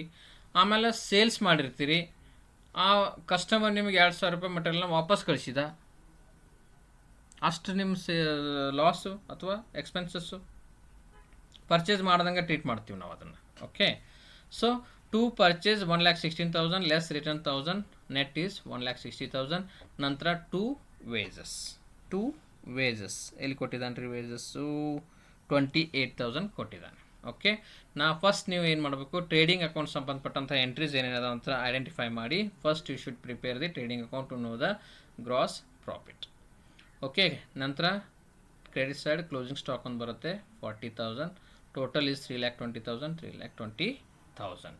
So gross profit brought down 1 lakh. ನಾವು ಎಕ್ಸ್ಪೆನ್ಸಸ್ ಏನೇನದಾವಪ್ಪ, P&L ಅಕೌಂಟಿಗೆ ಹೋಗುವಂಥ ಎಕ್ಸ್ಪೆನ್ಸಸ್ ಏನೇನದಾವ ಅಂತ ನೀವು ಒಂದ್ಸಲ ಐಡೆಂಟಿಫೈ ಮಾಡಬೇಕು. ಫಸ್ಟ್ ಸ್ಯಾಲ್ರಿ ಇದೆ, 12,000 rupees ಸ್ಯಾಲ್ರಿ ಇದೆ, ಸ್ಯಾಲ್ರಿಯನ್ನು ಟು ಸ್ಯಾಲರೀಸ್ ಅಕೌಂಟ್ ಅಂತ ಹಾಕಿದ್ರಿ. ಸೊ ಅದಕ್ಕೆ ಅಡ್ಜಸ್ಟ್ಮೆಂಟ್ ಆಗಿ ಇದೆ ಏನಪ್ಪ, ಔಟ್ಸ್ಟ್ಯಾಂಡಿಂಗ್ ಸ್ಯಾಲ್ರಿ ವಾಸ್ ₹2,000.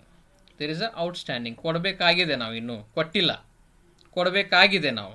ಆ ಫೈನಾನ್ಷಿಯಲ್ ಇಯರ್ ಅಕೌಂಟ್ನಲ್ಲಿ ಅಕೌಂಟಿಂಗ್ ಪೀರಿಯಡ್ನಲ್ಲಿ ಔಟ್ಸ್ಟ್ಯಾಂಡಿಂಗ್ ಇದೆ ಅಂದರೆ ಆಲ್ರೆಡಿ ನಾವು ಅದನ್ನು ಐಡೆಂಟಿಫೈ ಮಾಡಿದ್ದೀವಿ, ಸ್ಯಾಲ್ರೀಸನ್ನು ಅಷ್ಟು ಕೊಡ್ಬೇಕಂತ ಹೇಳಿದ್ವಿ, ಆದರೆ ಕ್ಯಾಶ್ ಇನ್ನೂ ಕೊಟ್ಟಿಲ್ಲ. ಸೊ ಅದನ್ನು ಔಟ್ಸ್ಟ್ಯಾಂಡಿಂಗ್ ಅಂಥೇಳಿ ನಾವು ಆ ವರ್ಷದ ಖರ್ಚು ಅಂಥೇಳಿ ಏನು ಮಾಡ್ತೀವಿ ನಾವು 12,000 + 2,000 14,000 ಎಂಟ್ರಿ ಮಾಡ್ತೀವಿ. ಓಕೆ, ನಾವು ನೆಕ್ಸ್ಟ್ ರೆಂಟ್ ಆಯಿತು. ಇನ್ಶೂರೆನ್ಸ್ 5,600 ಇದೆ. ಸೊ ಇನ್ಶೂರೆನ್ಸ್ ಮೇಲೂ ಒಂದು ಅಡ್ಜಸ್ಟ್ಮೆಂಟ್ ಇದೆ. ಪ್ರೀಪೇಯ್ಡ್ ಇನ್ಶೂರೆನ್ಸ್ ಜಾಸ್ತಿ ಅಮೌಂಟ್ ಕೊಟ್ಬಿಟ್ವಿ, ನಾವು ಮಾಡಿರ್ತೀವಿ 6,000 ರೂಪಾಯಿ ಕೊಟ್ಟಿರ್ತೀವಿ ಅಥವಾ 5,600 ರೂಪಾಯಿ ಕೊಟ್ವಿ, ಆದರೆ ಆ್ಯಕ್ಚುಲ್ ಪ್ರೀಮಿಯಮ್ ಆಗಿದ್ದು 5,000 ಮಾತ್ರ. ಸೊ 600 ರೂಪಾಯಿ ನಾವು ಎಕ್ಸ್ಟ್ರಾ ಪೇ ಮಾಡಿದ್ವಿ, ಅದನ್ನು ನಾವು ಲೆಸ್ ಮಾಡಿದ್ವಿ. ಆ ವರ್ಷ total insurance is 5,000. Next expenses is rent 12,000 ಇದೆ, that you are entering into rent. Then office expenses 4,000. ನಂತರ ಬ್ಯಾಡ್ ಡೆಟ್ಸ್ 500 ನೋಡ್ರಿ, ಬ್ಯಾಡ್ ಡೆಟ್ಸ್ ಎಲ್ಲಿ ಕೊಟ್ಟಿದ್ದಾನೆ, right off bad debts of ₹500 and make provision for doubtful debts at 5%. So ಇದು ಭಾಳ important. ಇಲ್ಲಿ ಈ ಪ್ರಾಬ್ಲಮ್ನಲ್ಲಿ ನಿಮಗೆ ಕನ್ಫ್ಯೂಸ್ ಆಗೋದು, ನೀವು ಫಾರ್ಮೆಟ್ ನೋಡಿದ್ರಿ ಅಂತಂದ್ರೆ ಸರ್ 17ರೊಳಗೆ ಬ್ಯಾಡ್ ಡೆಟ್ಸ್ ಹೆಂಗಿತ್ತು ರೀ, ಇದು ಹಿಂಗೈತಿ ನಮ್ಗೆ ಗೊತ್ತಾಗೋದು ಸರ್ ಅಂತಂದ್ರೆ ಅಡ್ಜಸ್ಟ್ಮೆಂಟ್ ಎಂಟ್ರಿ ಇತ್ತಂದ್ರೆ that adjustment entry will be shown in a 2 side. ಒಂದು ಪ್ರಾಫಿಟ್ ಆ್ಯಂಡ್ ಲಾಸ್ ಅಕೌಂಟಲ್ಲಿ ಹೋಗಿರುತ್ತೆ, ಇನ್ನೊಂದು ಬ್ಯಾಲೆನ್ಸ್ ಶೀಟ್ನಲ್ಲಿ ಹೋಗಿರುತ್ತೆ. ಬ್ಯಾಡ್ ಡೆಟ್ಸ್ ಇದೇ ಬ್ಯಾಡ್ ಡೆಟ್ಸ್ ಏನಾದರೂ ಟ್ರಯಲ್ ಬ್ಯಾಲೆನ್ಸ್ನಲ್ಲಿ ಕೊಟ್ಟಿದ್ದ ಅಂತಂದ್ರೆ ನಾವು ಪಿ ಎನ್ ಎಲ್ ಅಕೌಂಟಿಗೆ ಅಷ್ಟೇ ತೋರಿಸ್ತಿದ್ವಿ. ಇದು ಅಡ್ಜಸ್ಟ್ಮೆಂಟ್ನಲ್ಲಿ ಕೊಟ್ಟಿರೋದ್ರಿಂದ ಈ 500 ಪ್ಲಸ್ 5% ಏನು ನಾವು ಪಿ ಡಿ ಡಿ ಮಾಡ್ತೀವಿ ಅದನ್ನು ನಾವು ಬ್ಯಾಲೆನ್ಸ್ ಶೀಟ್ನಲ್ಲಿ ತೋರಿಸ್ತೀವಿ. So 2 bad debts 500 add P D D. So P D D ಹೆಂಗೆ ಕ್ಯಾಲ್ಕುಲೇಷನ್ ಮಾಡ್ತೀವಿ? What is the debtors amount? Debtors sir debtors and creditors ಇಲ್ಲಿ ಕನ್ಫ್ಯೂಸ್ ಸರ್, ನಮಗೆ ಅರ್ಥನೇ ಆಗೋದಿಲ್ಲ ಯಾವುದು debit debtors and credits. Always again and again I am telling you people, debtors is an asset, so assets always shows a debit balance. Creditors is a liability, it will show always credit balance. So here debtors is 50,500. 50,500 5% ಮಾಡ್ರಿ 2525 ಬರುತ್ತೆ. So total ಬ್ಯಾಡ್ debts 3025. ನಂತರ depreciation plant and machinery by 10%. So 40,000 ಇದೆ. ಓಹೋ 4 lakh ಹಾಕಿಬಿಟ್ಟಿದ್ದೀನಿ. Plant and machinery 40,000 ಇದೆ.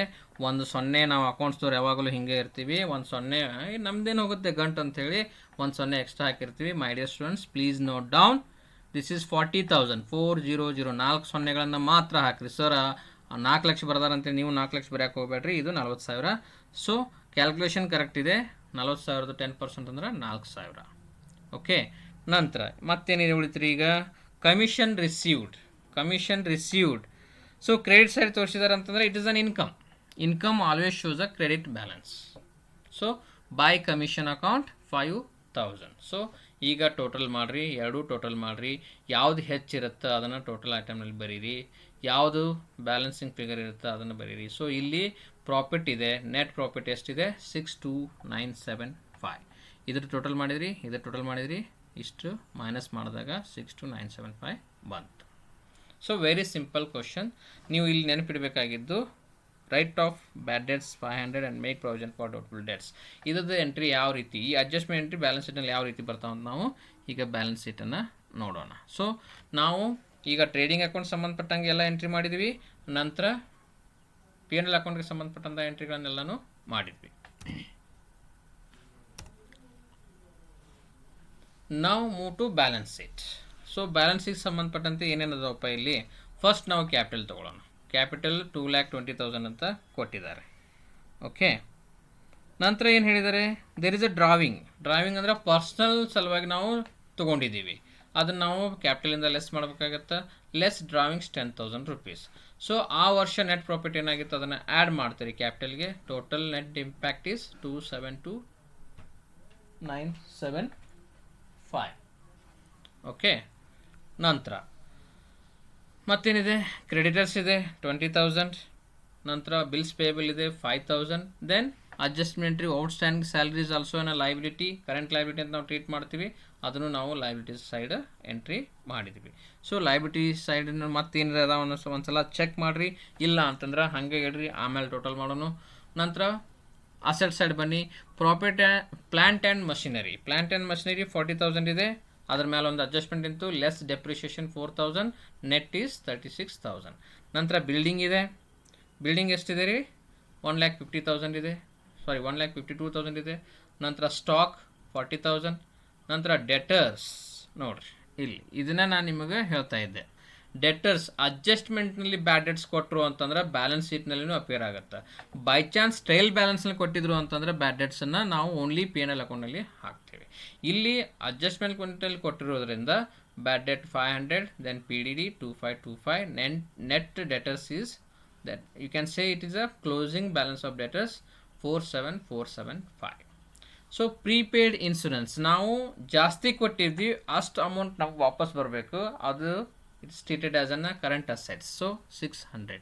Cash in hand ಎಷ್ಟಿದೆ ರೀ? 23,900 ಇದೆ. So ಎಲ್ಲನೂ ನಾವು ಕವರ್ ಮಾಡಿದ್ವಿ. ಒಂದ್ಸಲ ನೋಡ್ಕೊಳ್ರಿ, ಎಲ್ಲನೂ ಟಿಕ್ ಮಾರ್ಕ್ ಮಾಡಿರಿ. ಎಲ್ಲ ಐಟಮ್ಸನ್ನು ನಾವು trading, P N L account, balance sheet ತೊಗೊಂಬಂದಿವಲ್ಲ ನೋಡಿರಿ.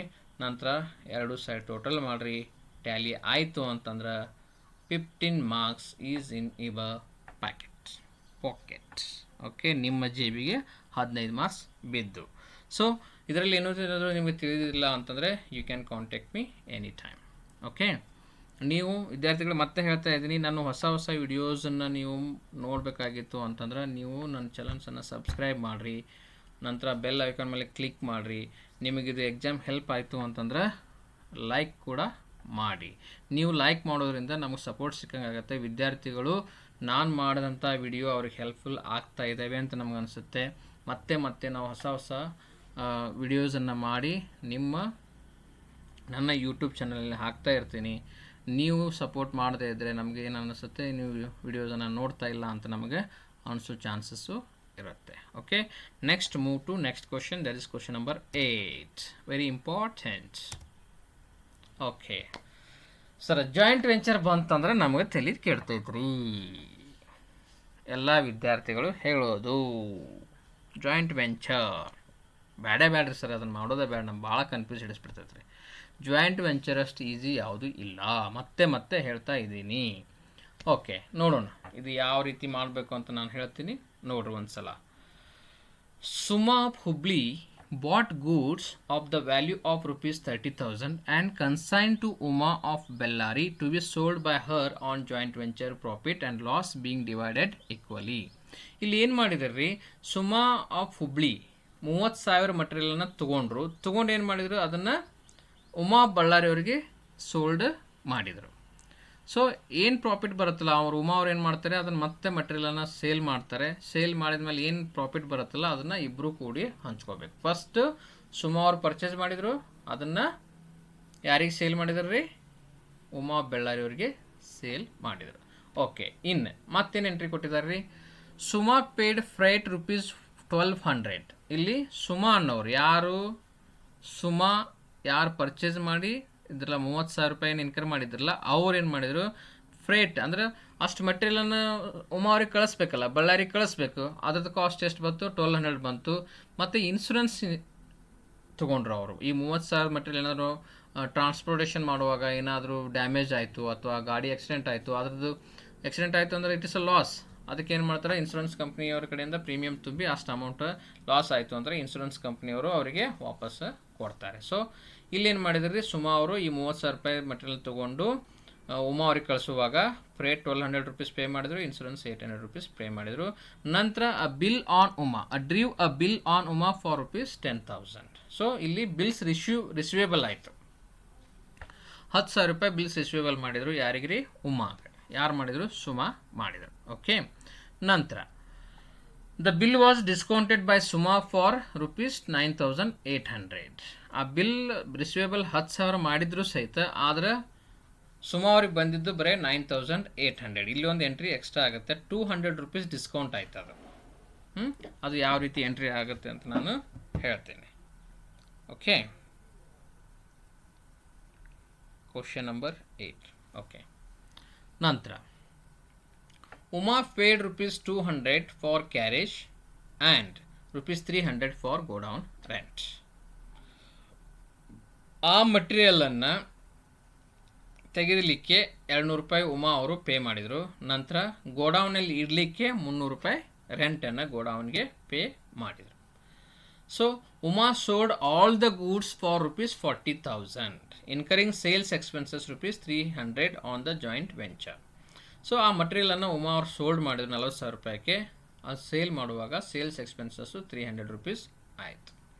Uma sent a cheque for the balance due to Suma after charging her commission at 5% on the gross sales. So 40,000 ರೂಪಾಯಿ ಮಟೀರಿಯಲ್ನ ಸೇಲ್ ಮಾಡಿದ್ದಕ್ಕೆ ಉಮಾ ಅವ್ರು ಏನು ಮಾಡಿದ್ರು ರೀ, 5% ಕಮಿಷನನ್ನು ತೆಗೆದುಕೊಂಡ್ರು. ಸೊ ಸಿಂಪಲ್ ಪ್ರಾಬ್ಲಮ್ ಇದೆ.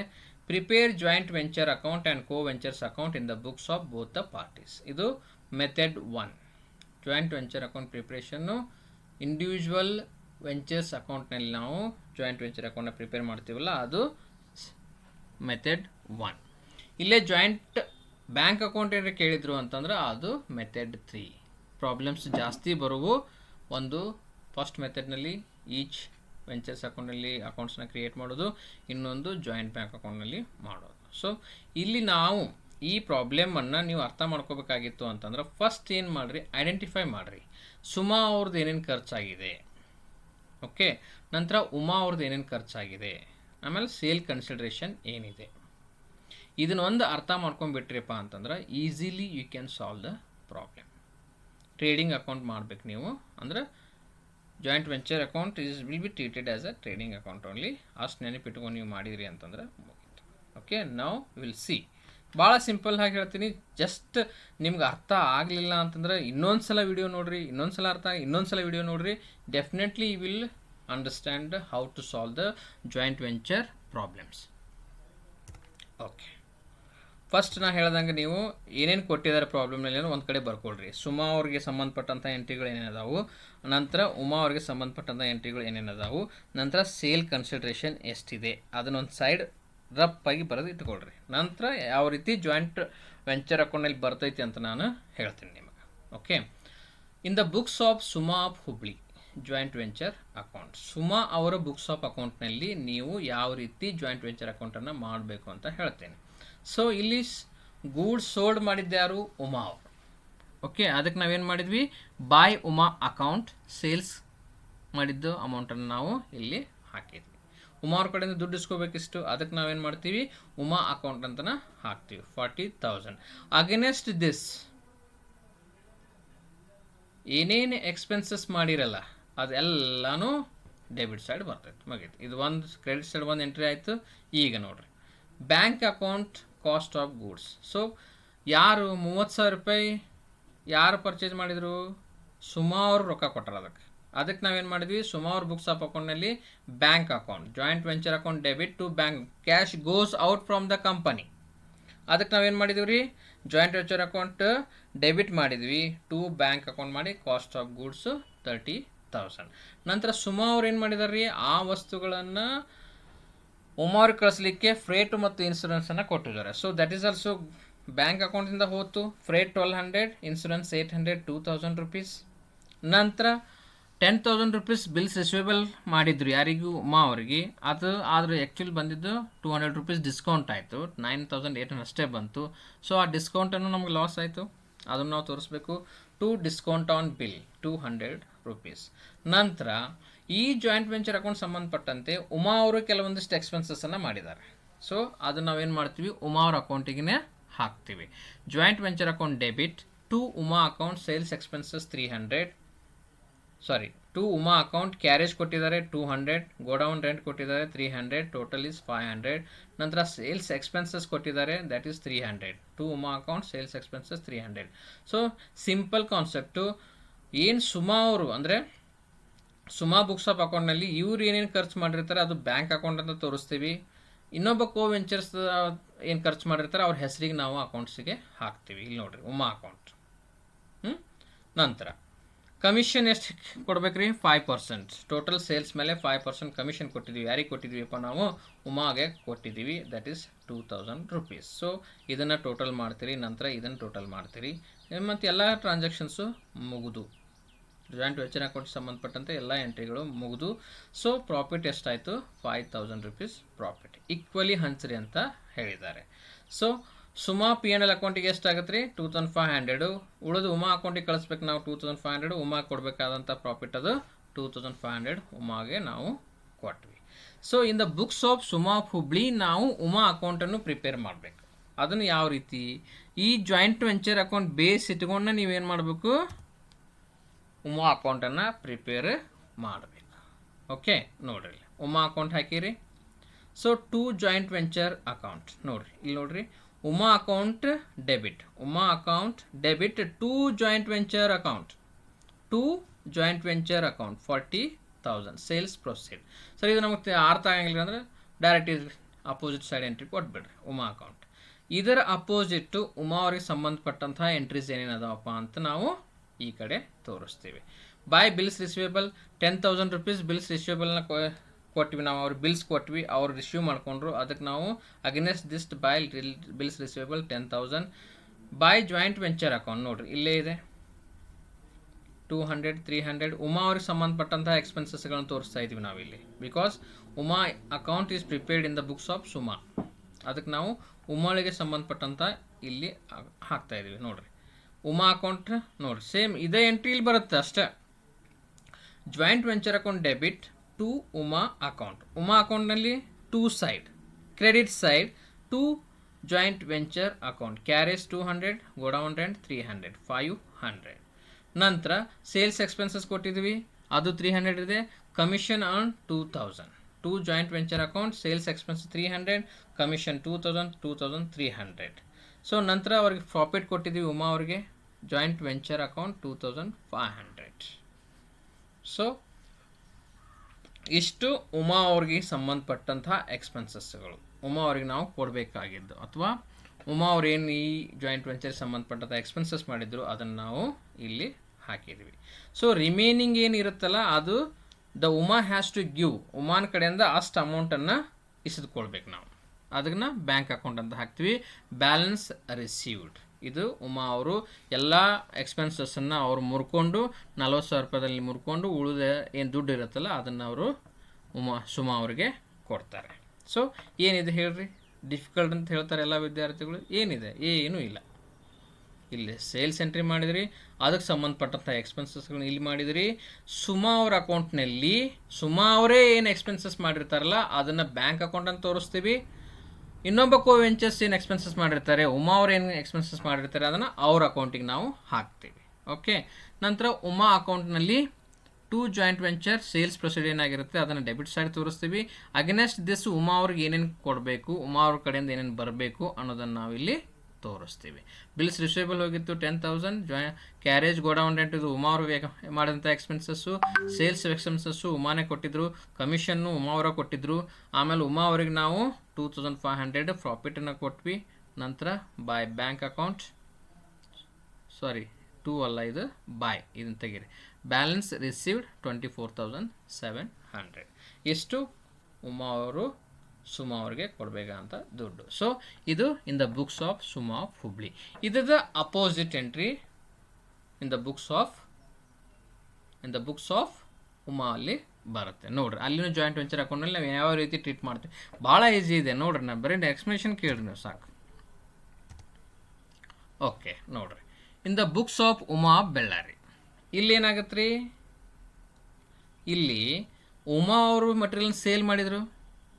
ಉಮಾ ಅವ್ರು ಸೇಲ್ ಮಾಡಿದ್ದಕ್ಕೆ ಏನು ಬಂತು, ರೊಕ್ಕ ಬಂತು.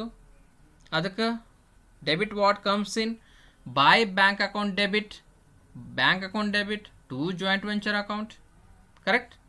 ಕ್ಯಾಶ್ ಕಮ್ಸ್ ಇನ್, ಅದಕ್ಕೆ 40,000 ಹಾಕಿದ್ವಿ ನಾವು. ಅಗೇನೆಸ್ಟ್ ದಿಸ್, ಇದಷ್ಟೇ ನೆನಪಿಟ್ಕೋಬೇಕಾಗಿದ್ದು ನೀವು. ಯಾರು ಸೇಲ್ ಮಾಡಿರ್ತಾರಲ್ಲ ಅವ್ರ ಅಕೌಂಟ್ನಲ್ಲಿ ಇದು ಬೈ ಬ್ಯಾಂಕ್ ಅಂತ ಬರುತ್ತೆ. ಯಾರು ಮಾಡಿರಲ್ಲ ಅವರಲ್ಲಿ ನೋಡ್ರಿ, ಇಲ್ಲೇ ತೋರಿಸ್ತೇನೆ ನಿಮಗೆ. ಇಲ್ಲಿ ಉಮಾ ಅವ್ರು ಸೇಲ್ ಮಾಡಿದ್ರು, ಅದಕ್ಕೆ ಅವ್ರ ಹೆಸರಲ್ಲೇ ಬಂತು. ಇಲ್ಲಿ ಯಾರ ಬುಕ್ಸ್ ಆಫ್ ಅಕೌಂಟ್ನಲ್ಲಿ, ಸುಮಾ ಅವ್ರ ಬುಕ್ಸ್ ಆಫ್ ಅಕೌಂಟ್ನಲ್ಲಿ. ಈಗ ನಾವು ಜಾಯಿಂಟ್ ವೆಂಚರ್ ಅಕೌಂಟ್ ಎಲ್ಲಿ ನೋಡ್ತಾ ಇದ್ದೀವಿ, ಉಮಾಸ್ ಬುಕ್ಸ್ ಆಫ್ ಅಕೌಂಟಲ್ಲಿ ನೋಡ್ತಾ ಇದ್ದೀವಿ. ಉಮಾ ಅವರಿಗೆ ಸೇಲ್ ಮಾಡಿದ್ದಕ್ಕೆ ಕ್ಯಾಶ್ ಬಂದಿದೆ, ಅದಕ್ಕೆ ನಾವು ಬೈ ಬ್ಯಾಂಕ್ ಅಕೌಂಟ್ ಸೇಲ್ಸ್ ಅಂತ ಹಾಕಿದ್ದೀವಿ ನೋಡ್ರಿ. ಈಗ ಅವ ಎಂಟ್ರಿ ಅದಾವ, only name was changed. Uma book of ಅಕೌಂಟ್ನಲ್ಲಿ ಸುಮಾ ಏನು ಖರ್ಚು ಮಾಡಿರ್ತಲ್ಲ ಅದು ಸುಮಾ ಹೆಸರಲ್ಲೇ ಹಾಕ್ತೀವಿ. ಅದನ್ನು ಸುಮಾನ ಬುಕ್ಸ್ ಆಫ್ ಅಕೌಂಟ್ನಲ್ಲಿ ಉಮಾ ಏನು ಖರ್ಚು ಮಾಡಿರ್ತಾರೆ ಅದು ಉಮಾ ಅಕೌಂಟಲ್ಲಿ ಹಾಕ್ತೀವಿ ಅಷ್ಟೇ. ಒಂದು ಸಲ ಬರ್ಕೊಳ್ರಿ, ಬರ್ಕೊಂಡು ಹೇಳಿದ್ದನ್ನು ಇನ್ನೊಂದು ಸಲ ಕೇಳ್ರಿ, ನಿಮಗೆ ಈ ಪ್ರಾಬ್ಲಮ್ ಅರ್ಥ ಆಗಿಬಿಡ್ತೈತಿ. Okay. Suma account cost of goods 30,000. ಮತ್ತು ಸುಮಾ ಅವ್ರು ಏನೇನು ಎಕ್ಸ್ಪೆನ್ಸಸ್ ಮಾಡಿದ್ರು, freight insurance 1200 and 2,000. Then to Suma discount on bill 200 rupees. ನಂತರ ಈಗ ಉಮಾ ಅವ್ರು ಏನು ಎಕ್ಸ್ಪೆನ್ಸಸ್ ಇನ್ಕರ್ ಮಾಡಿರ್ತಾರೆ ಅವ್ರ ಬುಕ್ಸ್ ಆಫ್ ಅಕೌಂಟ್ನಲ್ಲಿ ಜಾಯಿಂಟ್ ವೆಂಚರ್ನಲ್ಲಿ ಟು ಬ್ಯಾಂಕ್ ಅಂತ ತೋರಿಸ್ತೀವಿ ನಾವು. Carriage, godown rent, sale expenses, ಅವ ಎಕ್ಸ್ಪೆನ್ಸಸ್ ತೋರಿಸಿದ್ವಿ. Only thing name was changed. ನಂತರ ಟು ಕಮಿಷನ್, ಉಮಾ ಅವರಿಗೆ ಕಮಿಷನ್ ಬಂತು, ಅದನ್ನು ನಾವು 2,000 rupees ತೋರಿಸಿದ್ವಿ, ಪ್ರಾಫಿಟನ್ನು ಹಂಚಿದ್ವಿ. ಹೇಳ್ರಿ ನೋಡೋಣ ಏನು ಡಿಫಿಕಲ್ಟಿ ಐತಿ ಇದ್ರೊಳಗೆ. No nothing. ಉಮಾ ಅವ್ರ ಬುಕ್ಸ್ ಆಫ್ ಅಕೌಂಟ್ನಲ್ಲಿ ಸುಮಾ ಅವ್ರು ಏನು ಖರ್ಚು ಮಾಡಿದ್ರು ಅವ್ರ ಹೆಸರಲ್ಲೇ ತೊಗೊಳ್ತೀವಿ. ಉಮಾ ಅವ್ರು ಖರ್ಚು ಮಾಡಿದ್ದನ್ನು ಬ್ಯಾಂಕ್ ಅಂತ ತೊಗೊಳ್ತೀವಿ. ಅವ್ರಿಗೆ ಏನು ಕಮಿಷನ್ ಬಂದಿತ್ತು ಅದನ್ನು ತೊಗೊಂಡ್ವಿ, ಪ್ರಾಫಿಟ್ ಬಂತು ಅದನ್ನು ಹಂಚಿದ್ವಿ. Okay. In the books of Uma Bellary you have to prepare the Suma account. ಸುಮಾಗೆ ಸಂಬಂಧಪಟ್ಟಂಥ ಎಂಟ್ರಿ ಏನೇನಾಗಿದ್ದಾವಂತ ಸ್ವಲ್ಪ ನೋಡ್ಕೋಬೇಕು ನಾವಿಲ್ಲಿ. ಓಕೆ. ಸುಮಾ ಅಕೌಂಟ್ನಲ್ಲಿ Suma account debit to bills payable account. ಯಾಕಪ್ಪ ಅಂತಂದ್ರೆ ಬಿಲ್ಸ್ ರಿಸೀವೇಬಲ್ ಯಾರಿಗೆ ಆಗುತ್ತೆ ರೀ? ಸುಮಾಗೆ ಆಗುತ್ತೆ. ಅದು ಉಮಾಳಿಗೆ ಬಿಲ್ಸ್ ಪೇಯಬಲ್ ಅಷ್ಟು ಅಮೌಂಟ್ ಅವ್ರು ಕೊಡಬೇಕಾಗತ್ತೆ, 10,000 rupees. ಅದನ್ನ ಇಲ್ಲಿ ನಾವು ತೋರಿಸಿದ್ವಿ. ನಂತರ by joint venture account cost of goods sold ಯಾರು ಇನ್ಕರ್ ಮಾಡಿದ್ರು ರೀ? ಸುಮಾ ಅವ್ರು ಇನ್ಕರ್ ಮಾಡಿದ್ರು. ಅದನ್ನು ಬೈ ಜಾಯಿಂಟ್ ವೆಂಚರ್ ಅಕೌಂಟ್ ಅಂತ 30,000 ತೋರಿಸಿದ್ವಿ. ನಂತರ ಸುಮಾ ಅವ್ರು ಏನೇನು ಖರ್ಚು ಮಾಡಿದ್ರು? To joint venture account paid 1,200 ಕೊಟ್ಟಿದ್ರು, ಇನ್ಸೂರೆನ್ಸ್ 800 ಕೊಟ್ಟಿದ್ರು. ಅದನ್ನು ಇಲ್ಲೇ ಜಾಯಿಂಟ್ ವೆಂಚರ್ನ ಬೇಸ್ ಇಟ್ಕೊಂಡು ನಾವು ಈ ಅಕೌಂಟನ್ನು ಪ್ರಿಪೇರ್ ಮಾಡ್ತೀವಿ. Okay, to joint venture account 200 discount on bill tally ಆಗಬೇಕಲ್ಲ, ಅದಕ್ಕೆ 10,000 2,000 ರೂಪಾಯಿ ಡಿಸ್ಕೌಂಟ್ ಇದಾಗಿತ್ತು. ನಂತರ ಟು ಜಾಯಿಂಟ್ ವೆಂಚರ್ ಅಕೌಂಟ್ ಪ್ರಾಫಿಟನ್ನು ತೋರಿಸಿದ್ವಿ 2,500. ಏನು ರಿಮೈನಿಂಗ್ ಬ್ಯಾಲೆನ್ಸ್ ಇರುತ್ತಲ್ಲ ಅದು ಬ್ಯಾಲೆನ್ಸ್ ಸೆಂಟ್ ಉಮಾ ಅವರು ಸುಮಾ ಅವ್ರಿಗೆ ಕೊಡಬೇಕು. ಇದನ್ನು ಅಮೌಂಟನ್ನು ಕೊಟ್ಟು ಕಳಿಸಿದ್ರು. ನೋಡಿರಿ, ಈ amount to bank account balance sent ಮತ್ತು ಬ್ಯಾಲೆನ್ಸ್ ರಿಸೀವ್ಡ್ ತೋರಿಸ್ತೇನೆ, ಎರಡು ಸೇಮ್ ಇರಬೇಕು. ನೋಡಿರಿ, 24,700 ಯಾರು ರಿಸೀವ್ ಮಾಡ್ಕೊಂಡ್ರಿ? ಉಮಾ ಅವರು ಸುಮಾ ಅವ್ರಿಗೆ ಕೊಟ್ಟರು. ಇಲ್ಲಿನೂ ಸುಮಾ ಅವರಿಗೆ ಉಮಾ ಅವರು ದುಡ್ಡನ್ನು ಕಳಿಸಿದ್ರು. ಏನು ಡಿಫಿಕಲ್ಟಿ ಐತ್ರಿ ಹೇಳ್ರಿ? 10 ನಿಮಿಷನ್ಯಾಗ ಪ್ರಾಬ್ಲಮ್ ಮುಗೀತು. ಚಂದಾಗ ಜಾಯಿಂಟ್ ವೆಂಚರ್ ಅಕೌಂಟ್ ಒಂದು ರೆಡಿ ಮಾಡಿದ್ರಿ ಅಂತಂದ್ರೆ ಆಟೋಮೆಟಿಕ್ ಪಾರ್ಟ್ನರ್ ವೆಂಚರ್ಸ್ ಅಕೌಂಟನ್ನು ಪ್ರಿಪೇರ್ ಮಾಡ್ಬೋದು. ಸೊ ಇಲ್ಲಿ ನೀವು ಬಿಲ್ಸ್ ಪೇಯಬಲ್ ಬಗ್ಗೆ ಒಂದು ಸ್ವಲ್ಪ ಕಾನ್ಸಂಟ್ರೇಟ್ ಮಾಡಬೇಕು. ಅವರು ಡಿಸ್ಕೌಂಟ್ ಕೊಟ್ಟಿದ್ದಾರೆ, ಅದು ಯಾವ ರೀತಿ ಎಂಟ್ರಿ ಆಗುತ್ತೆ ಅಂತ ನೀವು ನೋಡ್ಕೊಂಡ್ರಿ ಅಂತಂದ್ರೆ ಮುಗೀತು. ಸೊ 15 ಮಾರ್ಕ್ಸ್ ನಿಮ್ಮ ಪಾಕೆಟ್ನಲ್ಲಿ. Okay dear students, I hope you are understanding what I am explaining. Joint venture account ಇಲ್ಲಿಗೆ ಮುಗೀತು.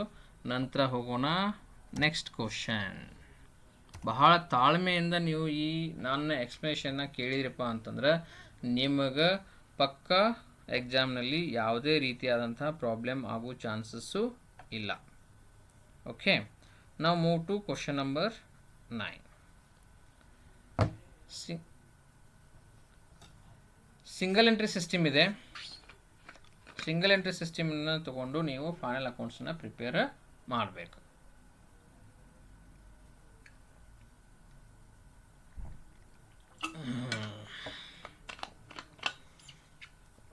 ಮಿನಿಮಮ್ 2 hours ಕ್ಲಾಸ್ ಆಗುತ್ತೆ, ನೀರು ಕುಡಿಲೇಬೇಕಾಗತ್ತೆ. ಓಕೆ, ನಾವು move from the following information of the trader who keeps his books under single entry system, prepare the final accounts for the year 2017. ಏನೇನು ಕೊಟ್ಟಿರ್ತಾರೆ ಅನ್ನೋ basis ಮೇಲೆ ನೀವು ಅಕೌಂಟ್ಸ್ನ ಪ್ರಿಪೇರ್ ಮಾಡಬೇಕಾಗತ್ತೆ. ಇಲ್ಲಿ ಸ್ಟೇಟ್ಮೆಂಟ್ ಆಫ್ ಅಫೇರ್ಸ್ನ ಕೊಟ್ಬಿಟ್ಟಿದ್ದಾರೆ. 2017ನಲ್ಲಿ ಏನು ಕೊಟ್ಟಿದ್ದಾರೆ ರೀ?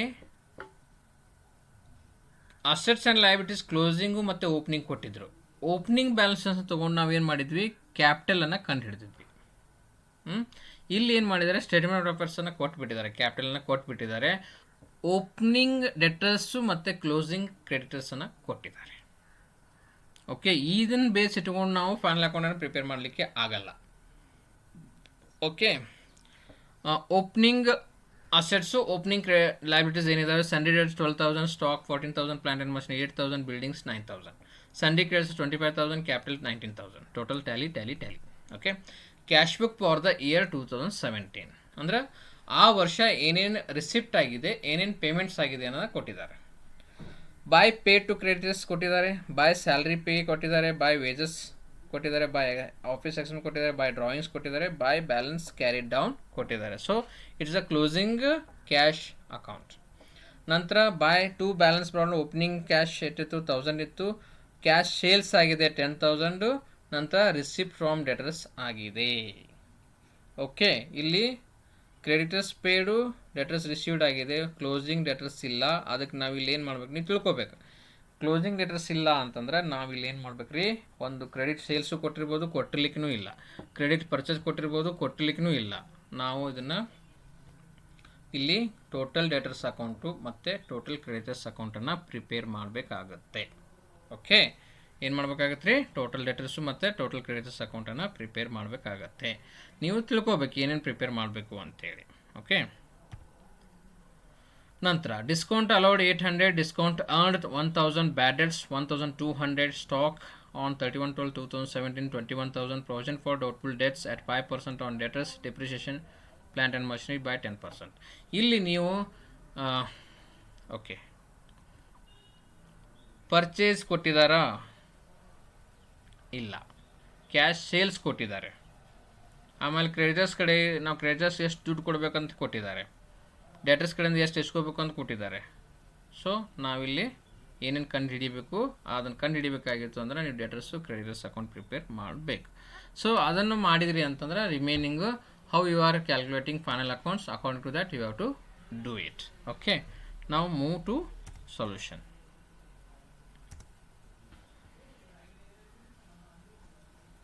Other information. ಓಹೋ, ದೊಡ್ಡ ಪ್ರಾಬ್ಲಮ್ ಇದೆ ರೀಪ ಇದು. ಟೋಟಲ್ ಸೇಲ್ಸ್ ಕೊಟ್ಟಿದ್ದಾರೆ 62,000, ಕ್ರೆಡಿಟ್ ಪರ್ಚೇಸ್ ಕೊಟ್ಟಿದ್ದಾರೆ 47,000. Then discount allowed 800, discount allowed 1,000, bad debts ಕೊಟ್ಟಿದ್ದಾರೆ, ಸ್ಟಾಕ್ ಕೊಟ್ಟಿದ್ದಾರೆ ಆ್ಯಸ್ ಆನ್. ಓಹೋ ಹೋ ಹೋ, okay okay okay, sorry sorry sorry sorry sorry sorry ಹಾಂ, ಈಗ ನಾವು ರೀಡ್ ಮಾಡಬೇಕಿದು, ಇದು ಮಿಸ್ ಆಗಿತ್ತು ತಗೊಳ್ಳಿ ರೀಡ್ ಮಾಡುವಾಗ. ಟೋಟಲ್ ಸೇಲ್ಸು, ಕ್ರೆಡಿಟ್ ಪರ್ಚೇಸ್ ಕೊಟ್ಟಿದ್ದಾರೆ, ಡಿಸ್ಕೌಂಟ್ ತಗೊಂಡು, ಬ್ಯಾಡ್ ಡೆಟ್ಸು, ಸ್ಟಾಕ್ ಕ್ಲೋಸಿಂಗ್ ಸ್ಟಾಕ್ ಕೊಟ್ಟಿದ್ದಾರೆ, ಪ್ರೊವಿಷನ್ ಫಾರ್ ಡೌಟಬಲ್ ಕೊಟ್ಟಿದ್ದಾರೆ, ಡೆಪ್ರಿಷಿಯೇಷನ್ ಪ್ಲಾಂಟ್ ಮಷಿನರಿ ಕೊಟ್ಟಿದ್ದಾರೆ. ಸೊ ಈಗ ಟೋಟಲ್ ಸೇಲ್ಸು ಕೊಟ್ಟಾರ, ಕ್ರೆಡಿಟ್ ಪರ್ಚೇಸು ಕೊಟ್ಟಾರ. ಹಂಗಿತ್ತು ಅಂತಂದ್ರೆ ನಾವು ಕ್ಲೋಸಿಂಗ್ ಕ್ರೆಡಿಟರ್ಸ್, ಕ್ಲೋಸಿಂಗ್ ಡೆಟರ್ಸನ್ನು ಕಂಡು ಹಿಡಿಬೇಕು. ಓಕೆ, ನೋಡಿ total debtors account, total debtors account ನಾವು ಪ್ರಿಪೇರ್ ಮಾಡಬೇಕು ಅಂತ ಹೇಳಿದೆ ನಾವು. ಫಸ್ಟ್ ಕೆಲಸ ಏನ್ರಿ, first step by to balance brought down. Opening balance ಎಷ್ಟಿದೆಯಲ್ಲ ಡೆಟರ್ಸ್ದು ಅದನ್ನು ನೀವು ತೊಗೊಂಡ್ರಿ 12,000. ಓಕೆ, ಸೇಲ್ಸ್ ಕೊಟ್ಟಿದ್ದಾನೆ. ಸೇಲ್ಸ್ ಎಷ್ಟು ಕೊಟ್ಟಿದ್ದಾನೆ ರೀ? Total sales is 62,000. Cash sales 10,000 rupees ಅಂತ ಕೊಟ್ಟಿದ್ದಾರೆ. ಸೊ ರಿಮೈನಿಂಗ್ ಏನ್ರಿ 52,000 is a credit sales. To credit sales, calculation of credit sales equal to total sales minus cash sales. 62,000 minus 10,000, 52,000 is the credit sales. ನಂತರ ಡೆಟರ್ಸ್ಗೆ ಸಂಬಂಧಪಟ್ಟಂಥ ಮತ್ತೇನು entry ಅದಾವಪ್ಪ? To receipt from debtors. Debtors ಕಡೆಯಿಂದ ದುಡ್ಡು ಎಷ್ಟು ಬಂತು? 50,000. Cash account debit to total debtors account. Received from debtors 50,000. ನಂತರ ಡಿಸ್ಕೌಂಟ್ ಅಲೌಡ್ ಮಾಡಿದ್ದಾರೆ. So by discount allowed 800. Bad debts. So bad debts ಅಂತಂದ್ರೆ ಇದ್ರದ್ದು ಅಗೇನೆಸ್ಟ್ ದಿಸ್ ಎಂಟ್ರಿ ಆಗ್ತಾ ಇದಾವೆ. ನಿಮ್ಮ ಡೆಟರ್ಸು ಇಷ್ಟು ಮೈನಸ್ ಆಗ್ತಾ ಇದೆ. ಬ್ಯಾಡ್ ಡೆಟ್ಸ್ ಆಯಿತು 1,200. ನಂತರ ಡಿಸ್ಕೌಂಟ್ ಕೊಟ್ರಿ 800, ಅದನ್ನು ಕ್ರೆಡಿಟ್ ಸೈಡ್ ಎಂಟ್ರಿ ಆಗುತ್ತೆ. Remaining balance is the closing balance of debtors account 12,000. 12,000 is the closing debtors. This will go to where? Balance sheet. ನೀವೇನಾದರೂ ಸರ್ ಡೆಟರ್ಸ್ ಕೊಟ್ಟಿಲ್ರಿ ಇದನ್ನೇ ತೊಗೊಂಡು ಹೋಗ್ತೀನಿ ಅಂತಂದ್ರೆ ಆವಾಗ ನಿಮ್ಮ ಪ್ರಾಬ್ಲಮ್ಮು ತಪ್ಪಾಗೋ ಚಾನ್ಸಸ್ಸು ಇರುತ್ತೆ. ಓಕೆ ಓಕೆ, ನಾವು creditors account to total creditors account by balance brought down. Opening balance 25,000 ಬಂತು. ಕ್ರೆಡಿಟ್ ಪರ್ಚೇಸ್ ಕೊಟ್ಟಿದ್ದಾರೆ ಎಷ್ಟು? 47,000. Credit purchase 47,000. ಈ ಎರಡು ಎಂಟ್ರಿ ಆಯಿತು. ಅಗೇನೆಸ್ಟ್ ದಿಸ್ ಏನೇನು ಕೊಟ್ಟಿದ್ದೀರಿ ನೀವು? To cash account pay to creditors 40,000. Discount earned, discount ಬಂತು 1,000. Balancing figure is 31,000. So closing creditors is 31,000. ನೋಡಿರಿ, ಫಸ್ಟ್ ಈ ಎಂಟ್ರಿ ಅಗೇನೆಸ್ಟ್ ಈ ಎಂಟ್ರಿ ಆಗುತ್ತೆ. ಇದರದ್ದು ಕಡಿಮೆ ಆಗಬೇಕಾಗಿತ್ತು ಅಂದರೆ ಇದನ್ನು ನೀವು ಕ್ಯಾಶ್ ಕೊಟ್ಟುಗಳನ್ನ ಇದರ ಬ್ಯಾಲೆನ್ಸ್ ಕಡಿಮೆ ಆಯಿತು. ನಂತರ ಇವ್ರೇನು ಮಾಡಿದ್ರು, ನೀವು ಕ್ಯಾಶ್ ಕೊಟ್ಟಿದ್ದಕ್ಕೆ ಡಿಸ್ಕೌಂಟ್ ಕೊಟ್ಟರು, ಆ ಡಿಸ್ಕೌಂಟು ಇದರಂತ ಮೈನಸ್ ಆಗಬೇಕಾಗಿತ್ತು ಅಂದರೆ ನೀವು ಡೆಬಿಟ್ ಹಾಕಿದ್ರಿ. So opposite entry. So closing balance is 31,000. Okay, ನಾವು ಇದಾಯಿತು. ಇನ್ನು ನೀವೇನು ಮಾಡಬೇಕಾಗತ್ತಪ್ಪ ಅಂತಂದ್ರೆ ಫೈನಲ್ ಅಕೌಂಟ್ ಯಾವ ರೀತಿ ಪ್ರಿಪೇರ್ ಮಾಡ್ತಿರಲ್ಲ ಅದನ್ನು ಪ್ರಿಪೇರ್ ಮಾಡಿದ್ರಿ ಅಂತಂದ್ರೆ ಈ 15 ಮಾರ್ಕ್ಸ್ ನಿಮ್ಮ ಪಾಕೆಟ್ನಲ್ಲಿ. ಇದು ಅಷ್ಟೇ ನಿಮಗೆ ಡಿಫಿಕಲ್ಟಿ ಇರೋದು. ಸಿಂಗಲ್ ಎಂಟ್ರಿ ಸಿಸ್ಟಮ್ನಲ್ಲಿ ಬರುವಂಥ ಪ್ರಾಬ್ಲಮ್ಸ್ ನೀವು ಹುಡುಗರು ಭಾಳಷ್ಟು ವಿದ್ಯಾರ್ಥಿಗಳು ಸರ್ ಇದು ಟೋಟಲ್ ಲೆಟರ್ಸ್ ಬಿಡಿಸೋದು, ಟೋಟಲ್ ಕ್ರೆಡಿಟ್ಸ್ ಬಿಡಿಸೋದು ಯಾವ ರೀತಿ ನಮ್ಗೆ ಗೊತ್ತಾಗಂಗಿಲ್ಲ ರೀ ಅಂತೇಳಿ ಅದೊಂದು ಸ್ವಲ್ಪ ಅರ್ಥ ಮಾಡ್ಕೊಂಡ್ಬಿಟ್ರಿ ಅಂತಂದ್ರೆ ಮುಗೀತು. ಇವೆರಡು ಅಕೌಂಟ್ ಮಾಡಿದ್ರಿ ಅಂತಂದ್ರೆ ಮುಂದಿಂದು ಫೈನಲ್ ಅಕೌಂಟ್ ನೋಡಿರಿ ಏನಿದೆ ಇದರಲ್ಲಿ. ಓಪನಿಂಗ್ ಸ್ಟಾಕ್ ಕೊಟ್ಟಿದ್ದಾರೆ. ಟ್ರೇಡಿಂಗ್ ಅಕೌಂಟ್ನಲ್ಲಿ ಏನೇನು ಬರ್ತಾವೆ ಅಂತ ಗೊತ್ತೈತೆ ನಿಮಗೆ. ಓಪನಿಂಗ್ ಸ್ಟಾಕ್ ಕೊಟ್ಟಿದ್ದಾರೆ 14,000. ನಂತರ ಪರ್ಚೇಸ್ ಕ್ರೆಡಿಟ್ ಇದೆ 47,000. ಟು ವೇಜಸ್ ಇದೆ 5,000. ನಂತರ ಬಾಯ್ ಸೇಲ್ಸ್ ಕ್ಯಾಶ್ ಸೇಲ್ಸ್ 10,000 ಇದೆ. ಕ್ರೆಡಿಟ್ ಸೇಲ್ಸು 52,000 ಇದೆ. ಟೋಟಲ್ 62,000. ಬಾಯ್ ಕ್ಲೋಸಿಂಗ್ ಸ್ಟಾಕ್ ಕೊಟ್ಟಿದ್ದಾರೆ 21,000. So total is 83,000. Gross profit is 17,000. By gross profit brought down 17,000. Discount amount ಈಗ ನಾನು ಹೇಳಿದ್ದೀನಿ, ನೀವು total creditors total debtors account ಮಾಡಿದ್ರಿ ಅಂತಂದ್ರೆ ಫೈನಲ್ ಅಕೌಂಟ್ ಥರನೇ ನೀವು ಪ್ರಾಬ್ಲಮ್ ಸಾಲ್ವ್ ಮಾಡೋದು. ಡಿಸ್ಕೌಂಟ್ ಅಮೌಂಟ್ ಇತ್ತು ಅಂದರೆ ಇಟ್ಸ್ ಎ ಇನ್ಕಮ್, ಅದು ಕ್ರೆಡಿಟ್ ಸೈಡ್ ತೋರಿಸಿದ್ರಿ. ದೆನ್ ಭಾಳ ಸಿಂಪಲ್ ಅಡ್ಜಸ್ಟ್ಮೆಂಟ್ ಇರ್ತವೆ. 2 salaries 10,000, office expenses 1,000, discount allowed 800, bad debt 1,200, depreciation on plant and machinery 10% ಕೊಟ್ಟಿದ್ದಾರೆ, 8,000 ಪ್ಲಾಂಟ್ ಆ್ಯಂಡ್ ಮಷಿನರಿ ಇದೆ, 800. Then P D D 12,000 rupees, 5% P D D ಇದೆ. Total debtors closing balance ಮೇಲೆ ನಾವು ಮಾಡ್ಬೇಕು ಇದನ್ನು. ಇಲ್ಲಿ ನೀವು ಸರ್ ಓಪನಿಂಗು ಅಷ್ಟೇ ಐತಿ, ಕ್ಲೋಸಿಂಗು ಅಷ್ಟೇ ಐತಿ, ನೀವು ಓಪನಿಂಗ್ ಮಾಡೋಂತಿಲ್ಲ. ಇಲ್ಲೇನಾಗಿದೆ, ಎರಡು ಬೈ ಮಿಸ್ಟೇಕ್ ಅಥವಾ ಅದು ಓಪನಿಂಗ್ ಮತ್ತು ಕ್ಲೋಸಿಂಗ್ ಬ್ಯಾಲೆನ್ಸ್ ಎರಡು ಸೇಮ್ ಬಂದಾವೆ. ಇದು ಆ್ಯಕ್ಚುಲಿ ಕ್ಲೋಸಿಂಗ್ ಬ್ಯಾಲೆನ್ಸ್ ಮೇಲೆ ನಾವು ಕ್ಯಾಲ್ಕುಲೇಷನ್ ಮಾಡ್ತೀವಿ 600. ಸೊ ಇಷ್ಟು ಮಾಡಿದ ಮೇಲೆ ನೆಟ್ ಪ್ರಾಫಿಟ್ 3,600. ನಾವು ಬ್ಯಾಲೆನ್ಸ್ ಶೀಟ್ನಲ್ಲಿ ಏನೇನು ಬರ್ತಾವೆ ನೋಡ್ರಿ. ಕ್ಯಾಪಿಟಲ್ ಕೊಟ್ಟಿದ್ರು 19,000, net profit 3,600 less drawings 3,000. So net impact is 19,600. Then sundry creditors 31,000.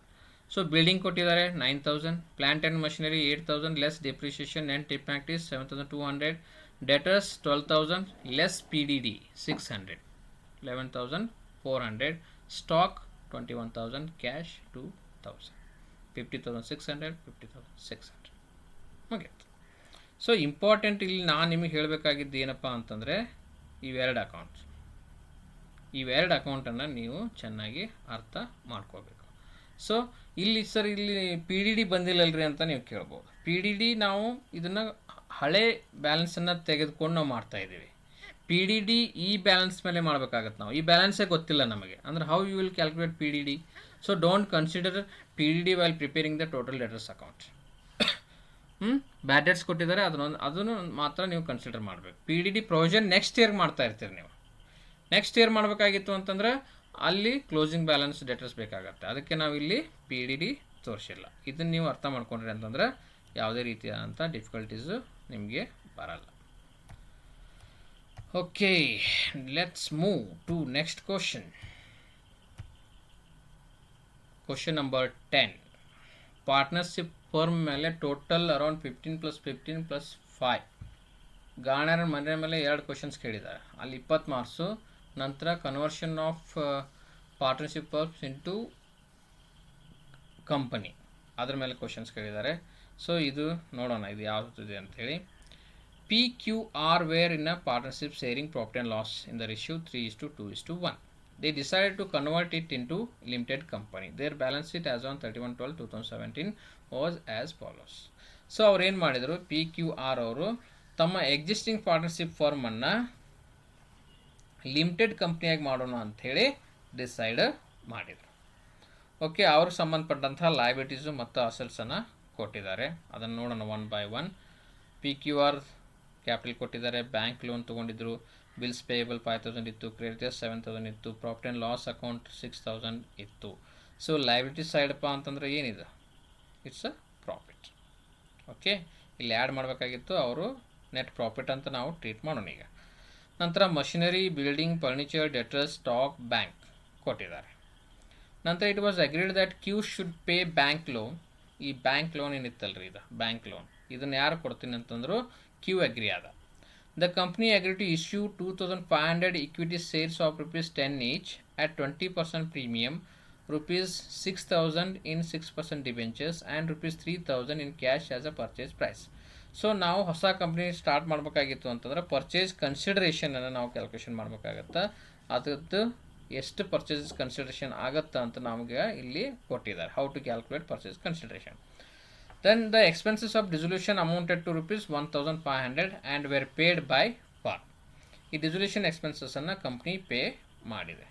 The shares and debentures are shared by the partners in the profit sharing ratio and the final settlement was done in cash. Prepare the necessary accounts to close the books of the firm. So ನಾವಿಲ್ಲಿ ಪಾರ್ಟ್ನರ್ಶಿಪ್ಪನ್ನು ಬಂದ್ ಮಾಡಿ ಹೊಸ ಕಂಪ್ನಿಯನ್ನು start ಮಾಡಬೇಕಾಗೈತೆ. So ಈ ಸಂದರ್ಭಗಳಲ್ಲಿ ನಾವು ಸ್ವಲ್ಪ ಜಾಸ್ತಿ ಅಕೌಂಟ್ಸನ್ನು prepare ಮಾಡಬೇಕಾಗತ್ತೆ. ಫಸ್ಟ್ ರಿಲೇಷನ್ ಅಕೌಂಟ್ ಮಾಡಬೇಕಾಗತ್ತೆ, ನಂತರ ಪಾರ್ಟ್ನರ್ಸ್ ಕ್ಯಾಪಿಟಲ್ ಅಕೌಂಟ್ ಮಾಡಬೇಕಾಗತ್ತೆ, ಅದರ ನಂತರ ಮತ್ತೆ ಶೇರ್ಸ್ ಇಶ್ಯೂ ಮಾಡಿದ್ದೀವಿ ಅದನ್ನು ಅಕೌಂಟ್ ಮಾಡಬೇಕು, ನಂತರ ನ್ಯೂ ಕಂಪ್ನಿ ಅಕೌಂಟನ್ನು ಪ್ರಿಪೇರ್ ಮಾಡಬೇಕು, ನಂತರ ಡಿಬೆಂಚರ್ಸ್ ಅಕೌಂಟನ್ನು ಪ್ರಿಪೇರ್ ಮಾಡಬೇಕಾಗತ್ತೆ, ನಂತರ ಕ್ಯಾಶ್ ಅಕೌಂಟನ್ನು ಪ್ರಿಪೇರ್ ಮಾಡಬೇಕಾಗತ್ತೆ. So many accounts you have to prepare. ಆದರೆ ಎಲ್ಲ ಅಕೌಂಟ್ಸ್ ಮಾಡಲಿಕ್ಕೆ ಬಹಳ ಸರಳವಾಗಿ ನಾನು ನಿಮಗೆ ಹೇಳ್ಕೊಡ್ತೇನೆ. ಓಕೆ, ಫಸ್ಟ್ ರಿಯಲೈಸೇಷನ್ ಅಕೌಂಟನ್ನು ನೋಡೋಣ. ಓಕೆ, ರಿಯಲೈಸೇಷನ್ ಅಕೌಂಟಲ್ಲಿ ಏನೇನು ಅಸೆಟ್ಸ್ ಇದ್ದಾವೆ, ಏನೇನು ಲೈಬಿಲಿಟೀಸ್ ಇದ್ದಾವೆ ಅದನ್ನು ನೀವು ಎಂಟ್ರಿ ಮಾಡಿದರೆ ಆಯಿತು. ಸೊ ಏನು ಪ್ರಾಫಿಟ್ ಬಂತು ಅಂತಂದ್ರೆ ಪ್ರಾಫಿಟ್ ಅವ್ರಿಗೆ ಹಂಚಿಕೊಡ್ತೀರಿ, ಲಾಸ್ ಬಂತು ಅಂತಂದ್ರೆ ಲಾಸನ್ನು ಹಂಚಿ ಕೊಡ್ತೀರಿ. ಸೊ ಇದರದ್ದು ಫಾರ್ಮ್ಯಾಟ್ಸನ್ನು ನಿಮ್ಗೆ ಆಲ್ರೆಡಿ ನಾವು ಬರ್ಸಿದ್ವಿ. ಒಂದು ಸಲ ಫಾರ್ಮ್ಯಾಟನ್ನು ನೋಡಿರಿ, ಎಕ್ಸಾಮ್ಗೆ ಹೋಗಿತ್ತ ಮುಂಚೆ ಒಂದು ಸಲ ಫಾರ್ಮ್ಯಾಟನ್ನು ನೋಡಿದ್ರಿಪ್ಪ ಅಂತ ನಿಮ್ಗೆ ಗೊತ್ತಾಗುತ್ತೆ.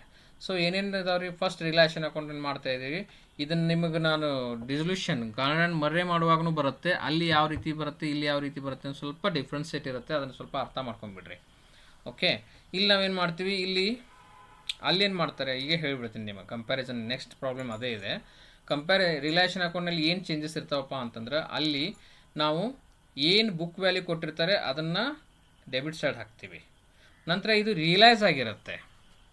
So machinery may be realise to 7,000, ಅದನ್ನು ನಾವೇನು ಮಾಡ್ತೀವಿ ಮತ್ತೆ ಕ್ರೆಡಿಟ್ ಸೈಡ್ ಹಾಕ್ತೀವಿ. ಅಸೆಟ್ಸ್ ರಿಯಲೈಸ್ಡ್ ಅಂತ ಹಾಕ್ತೀವಿ, ಟು ಕ್ಯಾಶ್ ಅಕೌಂಟ್ ಅಂತ ನಾವು ಇಲ್ಲಿ ಹಾಕ್ತೀವಿ. ಸೊ ಡೋಂಟ್ ಗೆಟ್ ಕನ್ಫ್ಯೂಸ್, ಅದು ಬಂದಾಗ ಅದನ್ನು ನೋಡೋಣ. ಈಗ ನಾವೇನು ಮಾಡೋಣ, ಇಲ್ಲಿ ಬರೀ ಬುಕ್ ವ್ಯಾಲ್ಯೂಗಳನ್ನು ತೊಗೊಂಡು ನಂತರ ಪರ್ಚೇಸ್ ಕನ್ಸಿಡರೇಷನನ್ನು ತೊಗೊಂಡು ಪಾರ್ಟ್ನರ್ಸಿಗೆ ಪ್ರಾಫಿಟ್ ಆಗಿದೆಯಾ ಅಥವಾ ಲಾಸ್ ಆಗಿದೆಯಾ ಅಂತ ನೋಡೋಣ. ರಿಯಲೈಸೇಷನ್ ಲಾಸ್ ಇದೆಯಾ ಅಥವಾ ರಿಯಲೈಸೇಷನ್ ಪ್ರಾಫಿಟ್ ಇದೆ. It is like a profit loss account. So total assets ಏನೇನು ಇದಾವೆ ರೀ, 2 machinery, 2 building, 2 furniture, 2 debtors, 2 stock, 2 bank, ಎಲ್ಲನೂ ಅಲ್ಲಿ ಏನಿದ್ದು ಇಲ್ಲಿ ತಂದು ಎಂಟ್ರಿ ಮಾಡಿರಿ. ಸಿಂಪಲ್ ಅಷ್ಟೇ ಮಾಡಿರಿ. ಇಲ್ಲೇನು ನೋಡಿರಿ, ಇಲ್ಲಿದಾವಲ್ಲ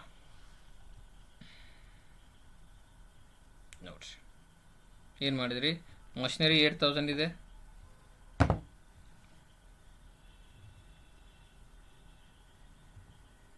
ಸೊ ಮಷಿನರಿ 8,000, ಬಿಲ್ಡಿಂಗ್, ಫರ್ನಿಚರ್ ನೋಡಿರಿ, ಅವ ಇಲ್ಲಿ ತಂದಿವಿಲ್ಲಿ ನೋಡಿರಿ. Machinery 8,000, building 13,000, furniture 4,500, debtors 8,500, stock 8,000, bank 3,000. So dissolution expenses 1,500 is paid by firm, ಅದನ್ನು ಎಕ್ಸ್ಪೆನ್ಸಸ್ ಅದನ್ನು ನೀವು ಇಲ್ಲಿ ಹಾಕ್ತೀರಿ. ನಂತರ ನಮ್ಮ ಲೈಬಿಲಿಟೀಸ್ ಏನೇನಿದಾವೆ ರೀ, ಬೈ ಬಿಲ್ಸ್ ಪೇಬಲ್ 5,000 ಇದೆ, ಬೈ ಕ್ರೆಡಿಟರ್ಸ್ 7,000 ಇದೆ. ಸೊ ಪರ್ಚೇಸ್ ಕನ್ಸಿಡರೇಷನ್ನು ನಾವು ಕೊಡಬೇಕಾಗಿದೆ ಅವರಿಗೆ. ಸೊ ಅದನ್ನು it's treated as a liability, ಅದು 39,000 ಇದೆ. So total this. ಸೊ ಇದನ್ನು ಕ್ಯಾಶ್ ಮುಖಾಂತರ ತೊಗೊಂಬಂದರು, ಇಟ್ಸ್ ಅದಕ್ಕೆ ನಾವೇನು ಮಾಡಿದ್ವಿ, ಡೆಬಿಟ್ ಹಾಕಿದ್ವಿ. Realisation account debit to bank account. Okay, ಈಗ ಟೋಟಲ್ ಮಾಡ್ತೀರಿ. ಟೋಟಲ್ ಮಾಡಿದ ನಂತರ balancing figure 4,500 to partners capital account. ಇದು ಏನು ಬರುತ್ತಲ್ಲ ಇದನ್ನು ನಾವು ಪಾರ್ಟ್ನರ್ಸ್ ಕ್ಯಾಪಿಟಲ್ ಅಕೌಂಟಿಗೆ ಟ್ರಾನ್ಸ್ಫರ್ ಮಾಡಬೇಕಾಗತ್ತೆ. Realisation account debit to partners capital account, it is profit only. So 51,000. ಈ 39,000 ಪರ್ಚೇಸ್ ಕನ್ಸಿಡರೇಷನ್ ಎಲ್ಲಿದ ಬಂತು, ಅದು ಹೆಂಗೆ ಬಂತು ಅಂತ ನಾನು ಕ್ಯಾಲ್ಕುಲೇಷನ್ ಮಾಡಿ ತೋರಿಸ್ತೇನೆ. ಇದೇ ಇಂಪಾರ್ಟೆಂಟ್. ಇದನ್ನು ಆ್ಯಸ್ ಇಟ್ ಈಸ್ ಹಚ್ಚಿ ಇಟ್ರಿ, ಇದನ್ನು ಕ್ರೆಡಿಟರ್ಸ್ ಇಟ್ರಿ. ಸೊ ಲೈಬಿಲಿಟೀಸ್ ಈ ಸೈಡ್ ಬರೋದ್ರಿ. ನಂತರ ಈಗ ಪರ್ಚೇಸ್ ಕನ್ಸಿಡರೇಷನ್ ಕಂಡುಹಿಡಿತೀವಿ. ಅದಕ್ಕೆ ಹಿಂಟ್ಸ್ ಕೊಟ್ಟಿದ್ರು. ಕ್ಯಾಲ್ಕುಲೇಷನ್ ಆಫ್ ಪರ್ಚೇಸ್ ಕನ್ಸಿಡರೇಷನ್ ಏನು ಕೊಟ್ಟಿದ್ರು ರೀ, it was agree that Q should pay bank loan, ಅದನ್ನು ನೋಡೋಣ ಆಮೇಲೆ. The company agree to issue 2,500 equity shares of ₹10 each at 20% premium. Issue of 2,500 equity shares at ₹10 each at 20% premium. ಇದನ್ನು calculation ಮಾಡೋದು ತಪ್ಪು ಮಾಡಿದ್ರಿ ಅಂತಂದ್ರೆ ನಿಮ್ಮ ಪಾರ್ಟ್ನರ್ಶಿಪ್ ಅಕೌಂಟ್ ಪ್ರಿಪ್ರೇಷನ್ನು ರಾಂಗ್ ಆಗೋ ಚಾನ್ಸಸ್ಸು ಇರುತ್ತೆ. 2,500 ಇಂಟು 10 ಮಾಡಿದ್ರಿ. ನಂತರ ಈ ₹10 ಮೇಲೆ 20% ಪ್ರೀಮಿಯಮ್ ಕೊಟ್ಟಿದ್ದಾರೆ. ಸೊ ₹10 ಇಂಟು 20% ಪ್ರೀಮಿಯಮ್ ₹2 ಬರುತ್ತೆ. ಸೊ ಟೋಟಲ್ 2,500 ಇಂಟು 10, ನಂತರ 2,500 into 2, total equity shares value ಎಷ್ಟಾಯ್ತು ರೀ, 30,000 ಆಯಿತು. ನಂತರ 6% ಡಿಬೆಂಚರ್ ಇಶ್ಯೂ ಮಾಡಿದರೆ ದಟ್ ಈಸ್ 6,000. ನಂತರ ಕ್ಯಾಶ್ ಅಥವಾ ಬ್ಯಾಂಕ್ 3,000 ಕೊಟ್ಟಿದ್ದಾರೆ. Total purchase consideration is 39,000. Realisation account debit to purchase consideration account, that is 39,000. ಈಗಿದು ಯಾವ ರೀತಿ ಕ್ಯಾಲ್ಕುಲೇಷನ್ ಮಾಡಬೇಕು ಅಂತ ನಿಮಗೆ ಗೊತ್ತಾದ್ರೆ ಸಾಕು. ಫಸ್ಟ್ ಏನು ಮಾಡಿದ್ರಿ ನಾವು, ಫಸ್ಟ್ ಸ್ಟೆಪ್ ಏನು ಮಾಡಿದ್ರಿ, ಏನು ಬ್ಯಾಲೆನ್ಸ್ ಶೀಟ್ನಾಗ ಇದ್ದಲ್ಲ ಎಲ್ಲ ಅಸೆಟ್ಸನ್ನು ತಂದು ಇಲ್ಲಿ ಹಾಕಿದ್ರಿ. ನಂತರ ಡಿಸೊಲ್ಯೂಷನ್ ಎಕ್ಸ್ಪೆನ್ಸಸ್ ಏನಾದರೂ ಇತ್ತು ಅಂತಂದ್ರೆ ಅದನ್ನು ಒಂದು ಎಂಟ್ರಿ ಮಾಡಿದ್ರಿ. ನಂತರ ಲಯಬಿಲಿಟೀಸ್ ಏನಿದ್ವಲ್ಲ ಅದೊಂದು ಇಲ್ಲಿ ಎಂಟ್ರಿ ಮಾಡಿದ್ರಿ. ನಂತರ ನೆಕ್ಸ್ಟ್ ಸ್ಟೆಪ್ ಏನು ಮಾಡಿದ್ರಿ, ಪರ್ಚೇಸ್ ಕನ್ಸಿಡರೇಷನ್ ಕಂಡು ಹಿಡಿದ್ರಿ, ಅದರದೊಂದು ಎಂಟ್ರಿ ಇಲ್ಲಿ ಹಾಕಿದ್ರಿ. ನಂತರ ಟೋಟಲ್ ಮಾಡಿದ್ರಿ. ಈ ಕಡೆ ಜಾಸ್ತಿ ಇದೆ, ಈ ಕಡೆ ಕಡಿಮೆ ಇದೆ, ಅದಕ್ಕೆ ನಾವು ಬೈ ಚಾನ್ಸ್ ಈ ಕಡೆ ಜಾಸ್ತಿ ಇದ್ದು ಈ ಕಡೆ ಕಡಿಮೆ ಇತ್ತು ಅಂದ್ರೆ ಈ ಕಡೆ ಬೈ ಪಾರ್ಟ್ನರ್ಸ್ ಕ್ಯಾಪಿಟಲ್ ಅಕೌಂಟ್ ಅಂತ ಬರ್ತಿತ್ತು, ಅದು ರಿಲೇಷನ್ ಲಾಸ್ ಆಗ್ತಿತ್ತು. ಓಕೆ, ನಾವು partners capital account 2250 1500 750. Sorry it is a loss only. So against this 51,000 liability ಇದೆ, ಆದರೆ ಅಸೆಟ್ ಇರೋದು ಎಷ್ಟಿದೆ ರೀ, 51,000 ಮೈನಸ್ 4,500. ಸೊ ಟೋಟಲ್ ಅಸೆಟ್ಸ್ ನಮ್ಮ ಕಡೆ ಇರೋದು 46,500. ರಿಮೈನಿಂಗ್ ಪಾರ್ಟ್ನರ್ಸ್ ತಂದು ಹಾಕ್ಬೇಕ್ರಿ ಈ ಲಯಬಿಲಿಟಿಯನ್ನು ಫಿಲ್ ಮಾಡಬೇಕಾಗಿತ್ತು ಅಂದರೆ. Sorry, it's not a profit, it's a loss. So ಎಕ್ಸ್ಪೆನ್ಸಸ್ಸನ್ನು ಕೊಡಬೇಕು, ಇಷ್ಟು ಅವ್ರದ್ದಿತ್ತು, ಅದಕ್ಕೆ ಇದನ್ನು ಕೊಡ್ಬೇಕಂತ ತೋರಿಸಿದ್ವಿ. So total 4,500 loss. Next partners capital ಅಕೌಂಟನ್ನು ಪ್ರಿಪೇರ್ ಮಾಡೋಣ. ಅದನ್ನು ಯಾವ ರೀತಿ ಅಂತ ಹೇಳ್ತೀನಿ. ಫಸ್ಟ್ ಏನು ಮಾಡ್ತೀರಿ ನೀವು ಪಾರ್ಟ್ನರ್ಸ್ ಕ್ಯಾಪಿಟಲ್ ಅಕೌಂಟ್ ಮಾಡುವಾಗ, ಫಸ್ಟ್ ಸ್ಟೆಪ್ಸು ಕ್ಯಾಪಿಟಲ್ ಬ್ಯಾಲೆನ್ಸನ್ನು ಹಾಕ್ತೀರಿ. By balance brought down.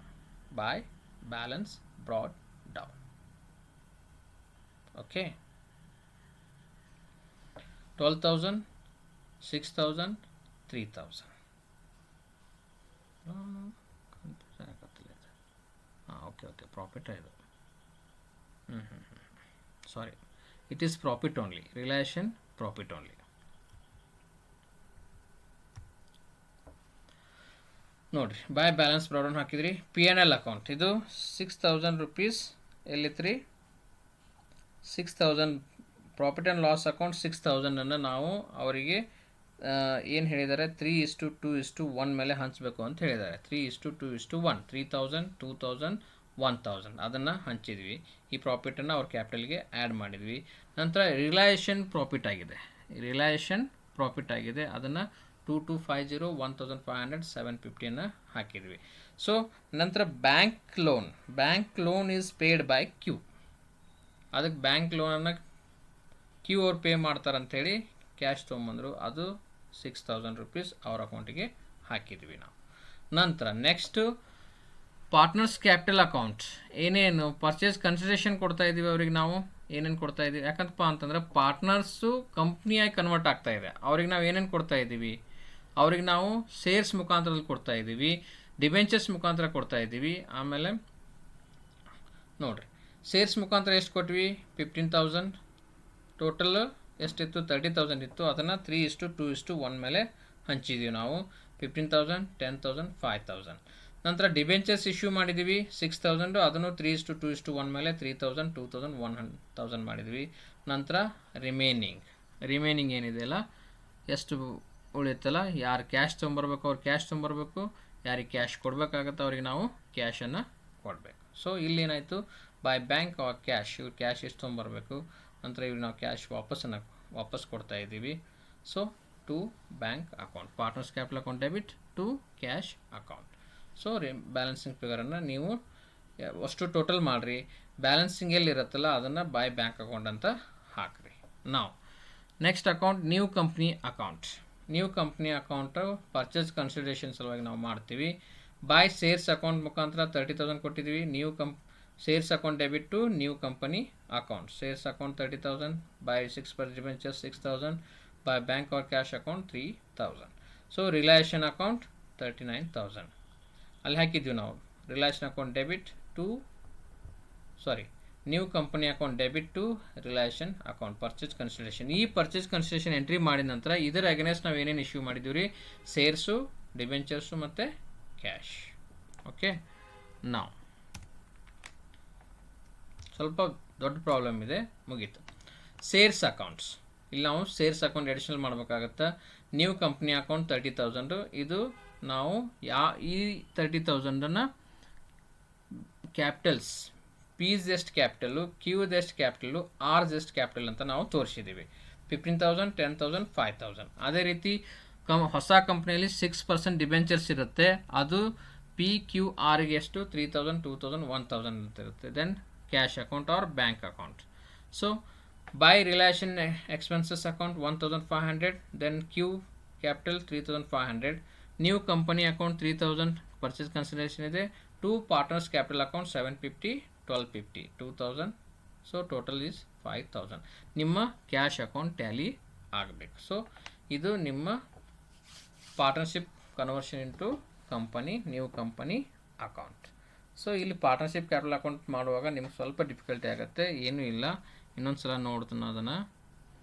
So ನೀವು ಫಸ್ಟ್ ಸ್ಟೆಪ್ ಏನು ಮಾಡಿದ್ರಿ, ಬ್ಯಾಲೆನ್ಸ್ ಬ್ರಾಟ್ ಡೌನ್ ತೊಗೊಂಬಂದ್ರಿ, ನಂತರ ಅವ್ರ ಪ್ರಾಫಿಟ್ ಆಗಿತ್ತು ಅದನ್ನು ಹಂಚಿದ್ರಿ, ನಂತರ ಏನು ಮಾಡಿದ್ರಿ, ರಿಲೇಷನ್ ಪ್ರಾಫಿಟ್ ಇದೆ ಅದನ್ನು ಹಂಚಿದ್ರಿ. ಸೊ ಬ್ಯಾಂಕ್ ಲೋನನ್ನು ಕ್ಯೂ ಒಪ್ಕೊಂಡ್ರು ಅದನ್ನು ಕೊಡ್ತೀನಿ ಅಂಥೇಳಿ ಅವ್ರ ಅಕೌಂಟಿಗೆ ಹಾಕಿದ್ರಿ. ನಂತರ ಈ ಸೈಡು ಶೇರ್ಸನ್ನು ಅವ್ರಿಗೆ ಕ್ಯಾಪಿಟಲ್ ರೇಷಿಯೋ ಮೇಲೆ 3:2:1 ಮೇಲೆ ಹಂಚಿದ್ವಿ.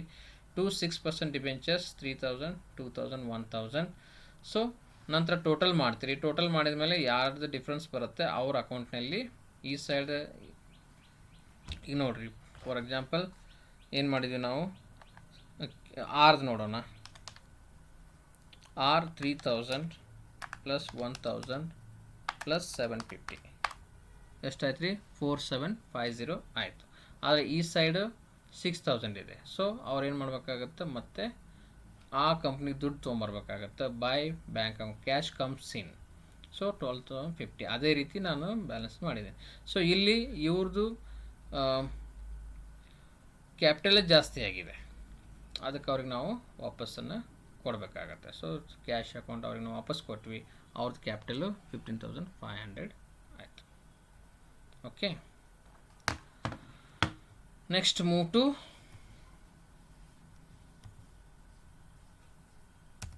Last problem. Garner and Murray ರೂಲ್ಸನ್ನು ನಾವು ಇಲ್ಲಿ ಬಿಡಿಸ್ತಾ ಇದ್ದೀವಿ.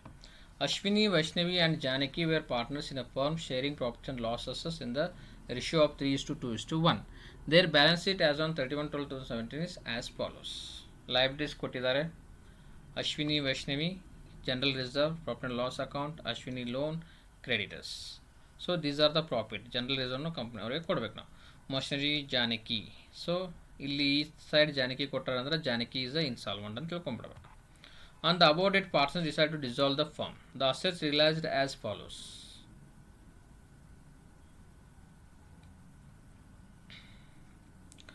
ನೋಡ್ರಿ, ಇಲ್ಲಿ ಏನು ಮಾಡಿರ್ತಾರೆ, ಇದು ಬುಕ್ ವ್ಯಾಲ್ಯೂ ಇರ್ತಾವ, ಅದು ರಿಲೈಸ್ ಆಗಿರುತ್ತೆ. ಮಷಿನರಿ 15,000 ರಿಲೈಸ್ ಆಯಿತು, ಸ್ಟಾಕ್ 16,000 ರಿಲೈಸ್ ಆಯಿತು, ಡೆಟರ್ಸ್ 4,500 ರಿಲೈಸ್ ಆಯಿತು. The expenses of dissolution amounted to 2,500. Janaki became insolvent and she could bring 3,000 from her private estate. So ಏನೇನು ಲಾಸ್ ಆಗುತ್ತಲ್ಲ, ಜಾನಕಿ ಅವರು 3,000 ರೂಪೀಸ್ ಮ್ಯಾಕ್ಸಿಮಮ್ 3,000 ರೂಪೀಸ್ ಅವ್ರು ತರ್ಬೋದು. ಉಳಿದ ಅಮೌಂಟನ್ನು ಸಾಲ್ವೆಂಟ್ ಅವರು ಹಾಕಬೇಕಾಗತ್ತೆ. ಏನೇನು ಡೆಫಿಷಿಯನ್ಸಿ ಬರುತ್ತಲ್ಲ ಅದನ್ನು ಉಳಿದ ಪಾರ್ಟ್ನರ್ಸ್ ಸಾಲ್ವೆಂಟ್ ಪಾರ್ಟ್ನರ್ಸ್ ಹಾಕಬೇಕಾಗತ್ತೆ. ಈ ಪ್ರಾಬ್ಲಮನ್ನು ಗಾರ್ನರ್ ಆ್ಯಂಡ್ ಮರ್ರೆ ರೂಲ್ ಪ್ರಕಾರ ಸಾಲ್ವ್ ಮಾಡಿರಿ ಅಂತ ಹೇಳಿದ್ದಾರೆ. ಗಾರ್ನರ್ ಆ್ಯಂಡ್ ಮರ್ರೆ ಅವ್ರು ಏನು ಹೇಳ್ತಾರೆ, ಒಬ್ಬರು ಇನ್ಸಾಲ್ವೆಂಟ್ ಇರ್ತಾರೆ, ಇಬ್ಬರು ಸಾಲ್ವೆಂಟ್ ಇರ್ತಾರೆ, ಅದನ್ನೇ ಯಾವ ರೀತಿ ಡಿಸೊಲ್ಯೂಷನ್ ರೂಲ್ಸ್ ಅಪ್ಲೈ ಆಗುತ್ತೆ ಅಂತ ಹೇಳಿದ್ದಾರೆ. ಸೊ ನಾವು ಮೂವ್ ಟು ಸೊಲ್ಯೂಷನ್. ರಿಲಯೇಷನ್ ಅಕೌಂಟನ್ನು ಪ್ರಿಪೇರ್ ಮಾಡಬೇಕು ನಾವಿಲ್ಲಿ. ಓಕೆ, ಅಲ್ಲಿ ಹೇಳಿದ್ದೆ ನಾನು, ಅಲ್ಲಿ ಯಾವ ರೀತಿ ಬರುತ್ತೆ, ನೀವು ಕಂಪ್ನಿ ಕನ್ವರ್ಟ್ ಮಾಡುವಾಗ ಸ್ವಲ್ಪ ಡಿಫ್ರೆನ್ಸ್ ಆಗುತ್ತೆ. ಅದನ್ನು ನೀವು ಡಿಸೊಲ್ಯೂಷನ್ ಮಾಡಿದಿರಿ, ಒಬ್ಬರು ಇನ್ಸಾಲ್ವೆಂಟ್ ಆದರೂ ಪಾರ್ಟ್ನರ್ಶಿಪ್ ಬಂದ ಮಾಡ್ತೀರಿ ಅಂದರೆ ಈ ರೀತಿ ಬರುತ್ತೆ. Okay, realisation account debit to sundry assets. Sundry assets book value ಇಲ್ಲಿ ಬರ್ತಾವೆ. ಮಷಿನರಿ 20,000 ಇತ್ತು ಬುಕ್ ವ್ಯಾಲ್ಯೂ, ಸ್ಟಾಕ್ 14,000 ಇತ್ತು, ಡೆಟರ್ಸ್ 7,000 ಇತ್ತು, ಟೋಟಲ್ 41,000. ಅದೇ ರೀತಿ ಏನು ಲೈಬಿಲಿಟಿ ಬುಕ್ ವ್ಯಾಲ್ಯೂ ಇದಾವಲ್ಲ ಅದನ್ನು ಕ್ರೆಡಿಟ್ ಸೈಡ್ ಹಾಕ್ತೀವಿ. By creditors 6,000. ಸೊ ನಾವು by cash account assets realise ಆಯಿತು, cash comes in, cash account debit to realisation account. Machinery 15,000, stock 16,000, debtors 4,500, 35,500. Okay, ನಂತರ ಡಿಸೊಲ್ಯೂಷನ್ ಎಕ್ಸ್ಪೆನ್ಸಸ್ಸನ್ನು ಪೇ ಮಾಡಿದ್ದಾರೆ, ದಟ್ ಈಸ್ 2,500. ನಂತರ ಕ್ರೆಡಿಟರ್ಸ್ ಪೇ ಮಾಡಿದ್ದಾರೆ, cash goes out, creditors paid 6,000. Then total ಮಾಡ್ತೀರಿ, balance ಯಾವ ರೀತಿ ಕೇಳಿರುತ್ತೆ ಆ ರೀತಿ ನೀವು ಎಂಟ್ರಿ ಮಾಡ್ತೀರಿ. By partners capital account Ashwini 8,000, Vaishnavi 8,000 balance bigger ಅವ್ರದ್ದೇ ರಿಶ್ಯೂ ಮೇಲೆ ನಾವು ಹಂಚ್ತಾ ಇದ್ವಿ. 4,000, 2,667, 1,333. Okay, this is realisation account. ಇಷ್ಟು ಮಾಡಿದ್ರಿ ಅಂತಂದ್ರೆ ಮುಗೀತು. ಸೊ ಅಲ್ಲೇನು ಮಾಡ್ತಿದ್ವಿ ನಾವು, ಬರೀ ಬುಕ್ ವ್ಯಾಲ್ಯೂ ತೊಗೊಳ್ತಿದ್ವಿ. ಇಲ್ಲಿ ಅಲ್ಲಿ ಅಂತಂದ್ರೆ ನ್ಯೂ ಕಂಪ್ನಿ ಕನ್ವರ್ಷನ್ ಮಾಡುವಾಗ, ಇಲ್ಲಿ ಕಂಪ್ನಿನೇ ಪಾರ್ಟ್ನರ್ಶಿಪ್ ಫರ್ಮನ್ನು ಕ್ಲೋಸ್ ಮಾಡುವಾಗ ನಾವು ಈ ರೀತಿ ಬುಕ್ ವ್ಯಾಲ್ಯೂ ತೊಗೊಳ್ತೀವಿ. ನಂತರ ಅದು ಎಷ್ಟು ರಿಲೈಸ್ ಆಗಿರುತ್ತೆ ಅದನ್ನು ನಾವು ತೊಗೊಳ್ತೀವಿ. Okay, next move to partners capital account. ನೋಡಿರಿ, partners capital account first steps ಬ್ಯಾಲೆನ್ಸನ್ನು ಹಚ್ತೀರಿ. ಬೈ ಬ್ಯಾಲೆನ್ಸ್ ಬ್ರಾಟ್ ಡೌನ್ 14,000 16,000 ಇವ್ರದ್ದು ಮೈನಸ್ನಾಗಿದೆ, ಅದಕ್ಕೆ ನಾವು ಇದನ್ನು ಡೆಬಿಟ್ ಸೈಡ್ ತೋರಿಸ್ತೀವಿ. Because it's treated as a assets. ಅಷ್ಟು ಇನ್ನೂ ಅವರು ಯಾರ್ರೀ ಜಾನಕಿ ಅವ್ರು ತಂದು ಕೊಡಬೇಕು ಕ್ಯಾಪಿಟಲ್. ನಂತರ by general reserve, it's a profit. General reserve ಪ್ರಾಫಿಟಿಂದ ನಾವು ರಿಸರ್ವ್ ಇಟ್ಟಿರ್ತೀವಿ, ಅದನ್ನು ಈ ಕಂಪ್ನಿ ಕ್ಲೋಸ್ ಮಾಡಾಕತ್ತೀವಿ ಅಂತೇಳಿ ನಾವೇನು ಮಾಡ್ತೀವಿ 3:2:1 ಒಳಗೆ ಅವ್ರಿಗೆ ಹಂಚಿದ್ವಿ. ಎಷ್ಟಿದೆ ಜನರಲ್ ರಿಸರ್ವ್? 3,000 ಇದೆ. 3,000 1,500 1,500 ಹಚ್ಚಿದೆ. Then profit and loss account 9,000 ಇದೆ, ಅದನ್ನು 3:2:1 ರೇಷಿಯೋಸ್ ಏನು ಕೊಟ್ಟಿದ್ದಾರೆ ರೀ 3:2:1 ಅದ್ರ ಮೇಲೆ ಹಂಚಿದ್ವಿ. 4,500 3,000 1,500. ಸೊ ನಾವು ರಿಲೇಷನ್ ಲಾಸ್ ಆಗಿದೆ, ಅದು ಫಸ್ಟ್ ಸೆಕೆಂಡ್ ಸ್ಟೆಪ್ ಏನು ಮಾಡಿದ್ರಿ ನೀವು ನೋಡಿ. ಫಸ್ಟ್ ಸ್ಟೆಪ್ಸು ಕ್ಯಾಪಿಟಲ್ ಏನು ಬ್ಯಾಲೆನ್ಸ್ ಇರುತ್ತೆ ಅದನ್ನು ಎಂಟ್ರಿ ಮಾಡಿದ್ರಿ. ನಂತರ ಅವ್ರ ಜನರಲ್ ರಿಸರ್ವ್ ಇದೆ ಅದನ್ನು ಹಂಚಿದ್ರಿ ಕ್ಯಾಪಿಟಲ್ ರೇಷಿಯೋ ಮೇಲೆ. ದೆನ್ P&L ಅಕೌಂಟ್ ಇತ್ತು 9,000 rupees, ಅದನ್ನು ಅವ್ರ ಕ್ಯಾಪಿಟಲ್ ರೇಷಿಯೋ ಮೇಲೆ ಹಂಚಿದ್ರಿ. ಸೊ ನಾವು there is a relation loss. Next step is this. So 4,000 2,667 then 1,333. So against this relation loss they has to bring the cash. So 3,000 from Janaki's private property you are recovering 3,000 rupees. So that is cash comes into the partnership firm. So by cash account debit to partners capital account is recovered from the Janaki. Now again there is a relation loss that has to be recovered from Ashwini and Vaishnavi. You cannot recover this 133 from Janaki because Janaki is a insolvent. So our total deficiency ಒಳಗೆ ನಾವು ಬರೀ 3,000 rupees recover ಮಾಡ್ಕೊಂಡಿವಿ. So ಈ ಲಾಸನ್ನು again Ashwini ಮತ್ತು Vaishnavi cash ಮುಖಾಂತರ ತೊಗೊಂಬಂದರು. Cash account debit to partners capital account 4,2,667. ನೋಡಿರಿ, first step capital transfer, then general reserve, then profit and loss account, then cash recover ಆಗೈತಿ ಅದನ್ನು ಹಾಕಿದ್ರಿ. ನಂತರ ರಿಲೇಷನ್ ಅಕೌಂಟ್ ಲಾಸನ್ನು ಹಂಚಿದ್ರಿ, ಅದಕ್ಕೆ ಸಂಬಂಧಪಟ್ಟಂತೆ ಕ್ಯಾಶ್ ತೊಗೊಂಬಂದರು, ಅದನ್ನು ಇಲ್ಲಿ ಎಂಟ್ರಿ ಮಾಡಿದ್ರಿ. ಓಕೆ, ಈಗ ನಾವೇನು ಮಾಡಬೇಕಾಗತ್ತಪ್ಪ ಅಂತಂದ್ರೆ ಕ್ಯಾಪಿಟಲ್ ಡೆಫಿಷಿಯನ್ಸಿಯನ್ನು ಕಂಡುಹಿಡಿಬೇಕಾಗತ್ತೆ. ಈ ಪಾರ್ಟ್ನರ್ಶಿಪ್ ಕ್ಯಾಪಿಟಲ್ ಅಕೌಂಟ್ ಕ್ಲೋಸ್ ಮಾಡೋಕ್ಕಿಂತ ಮುಂಚೆ ಕ್ಯಾಪಿಟಲ್ ಡೆಫಿಷಿಯನ್ಸಿಯನ್ನು ಕಂಡುಹಿಡಿಬೇಕು. ಕ್ಯಾಪಿಟಲ್ ಡೆಫಿಷಿಯನ್ಸಿ ಅಂದ್ರೆ ಏನು ರೀ, ಜಾನಕಿ ಅವರು ಇನ್ಸಾಲ್ವೆಂಟ್ ಆಗಿದ್ದಾರೆ. ಸೊ ಏನು ಮಾಡ್ತೀವಿ ನಾವು, ಜಾನಕಿ ಅವ್ರಿಗೆ ಸಂಬಂಧಪಟ್ಟಂತಹ ಲಯಬಿಲಿಟೀಸ್ ಎಷ್ಟಿದೆ, ಅವ್ರ ಅಸೆಟ್ಸ್ ಎಷ್ಟಿದೆ. ಲಯಬಿಲಿಟಿ ಜಾಸ್ತಿ ಇತ್ತು ಅಂತಂದ್ರೆ, ಅಸೆಟ್ಸ್ ಕಡಿಮೆ ಇತ್ತು ಅಂತಂದ್ರೆ ನಾವು ಕ್ಯಾಪಿಟಲ್ ಡೆಫಿಷಿಯನ್ಸಿಯನ್ನು ಕಂಡುಹಿಡಿತೀವಿ. ಆ ಕ್ಯಾಪಿಟಲ್ ಡೆಫಿಷಿಯನ್ಸಿಯನ್ನು ಯಾರ ಕಡೆಯಿಂದ ರಿಕವರ್ ಮಾಡ್ಕೊಳ್ತೀವಿ, who are a solvent partners, Ashwini ಮತ್ತು ವೈಷ್ಣವಿ ಕಡೆಯಿಂದ ನಾವು ರಿಕವರ್ ಮಾಡ್ಕೊಳ್ತೀವಿ. ಸೊ ನೆಕ್ಸ್ಟ್ ಸೈಡ್ನಲ್ಲಿ ಅದನ್ನು ಯಾವ ರೀತಿ ಕ್ಯಾಲ್ಕುಲೇಷನ್ ಮಾಡಿದ್ದೀವಿ ಅಂತ ನಾನು ನಿಮಗೆ ತೋರಿಸ್ತೇನೆ. Okay, working note number 1, calculation of capital deficiency. So 8,000 + 1,333 ಎಲ್ಲಿದೆ ಸರ್ ಇದು ಅಂತೀರಾ? ಓಕೆ, ಇಲ್ಲಿ ಬರ್ರಿ ನೋಡಿರಿ, ಇದು ಟೋಟಲ್ ಲೈಬಿಲಿಟಿ, ಜಾನಕಿಯವ್ರಿಗೆ ಸಂಬಂಧಪಟ್ಟಂತಹ ಲೈಬಿಲಿಟಿ 8,000,1,333.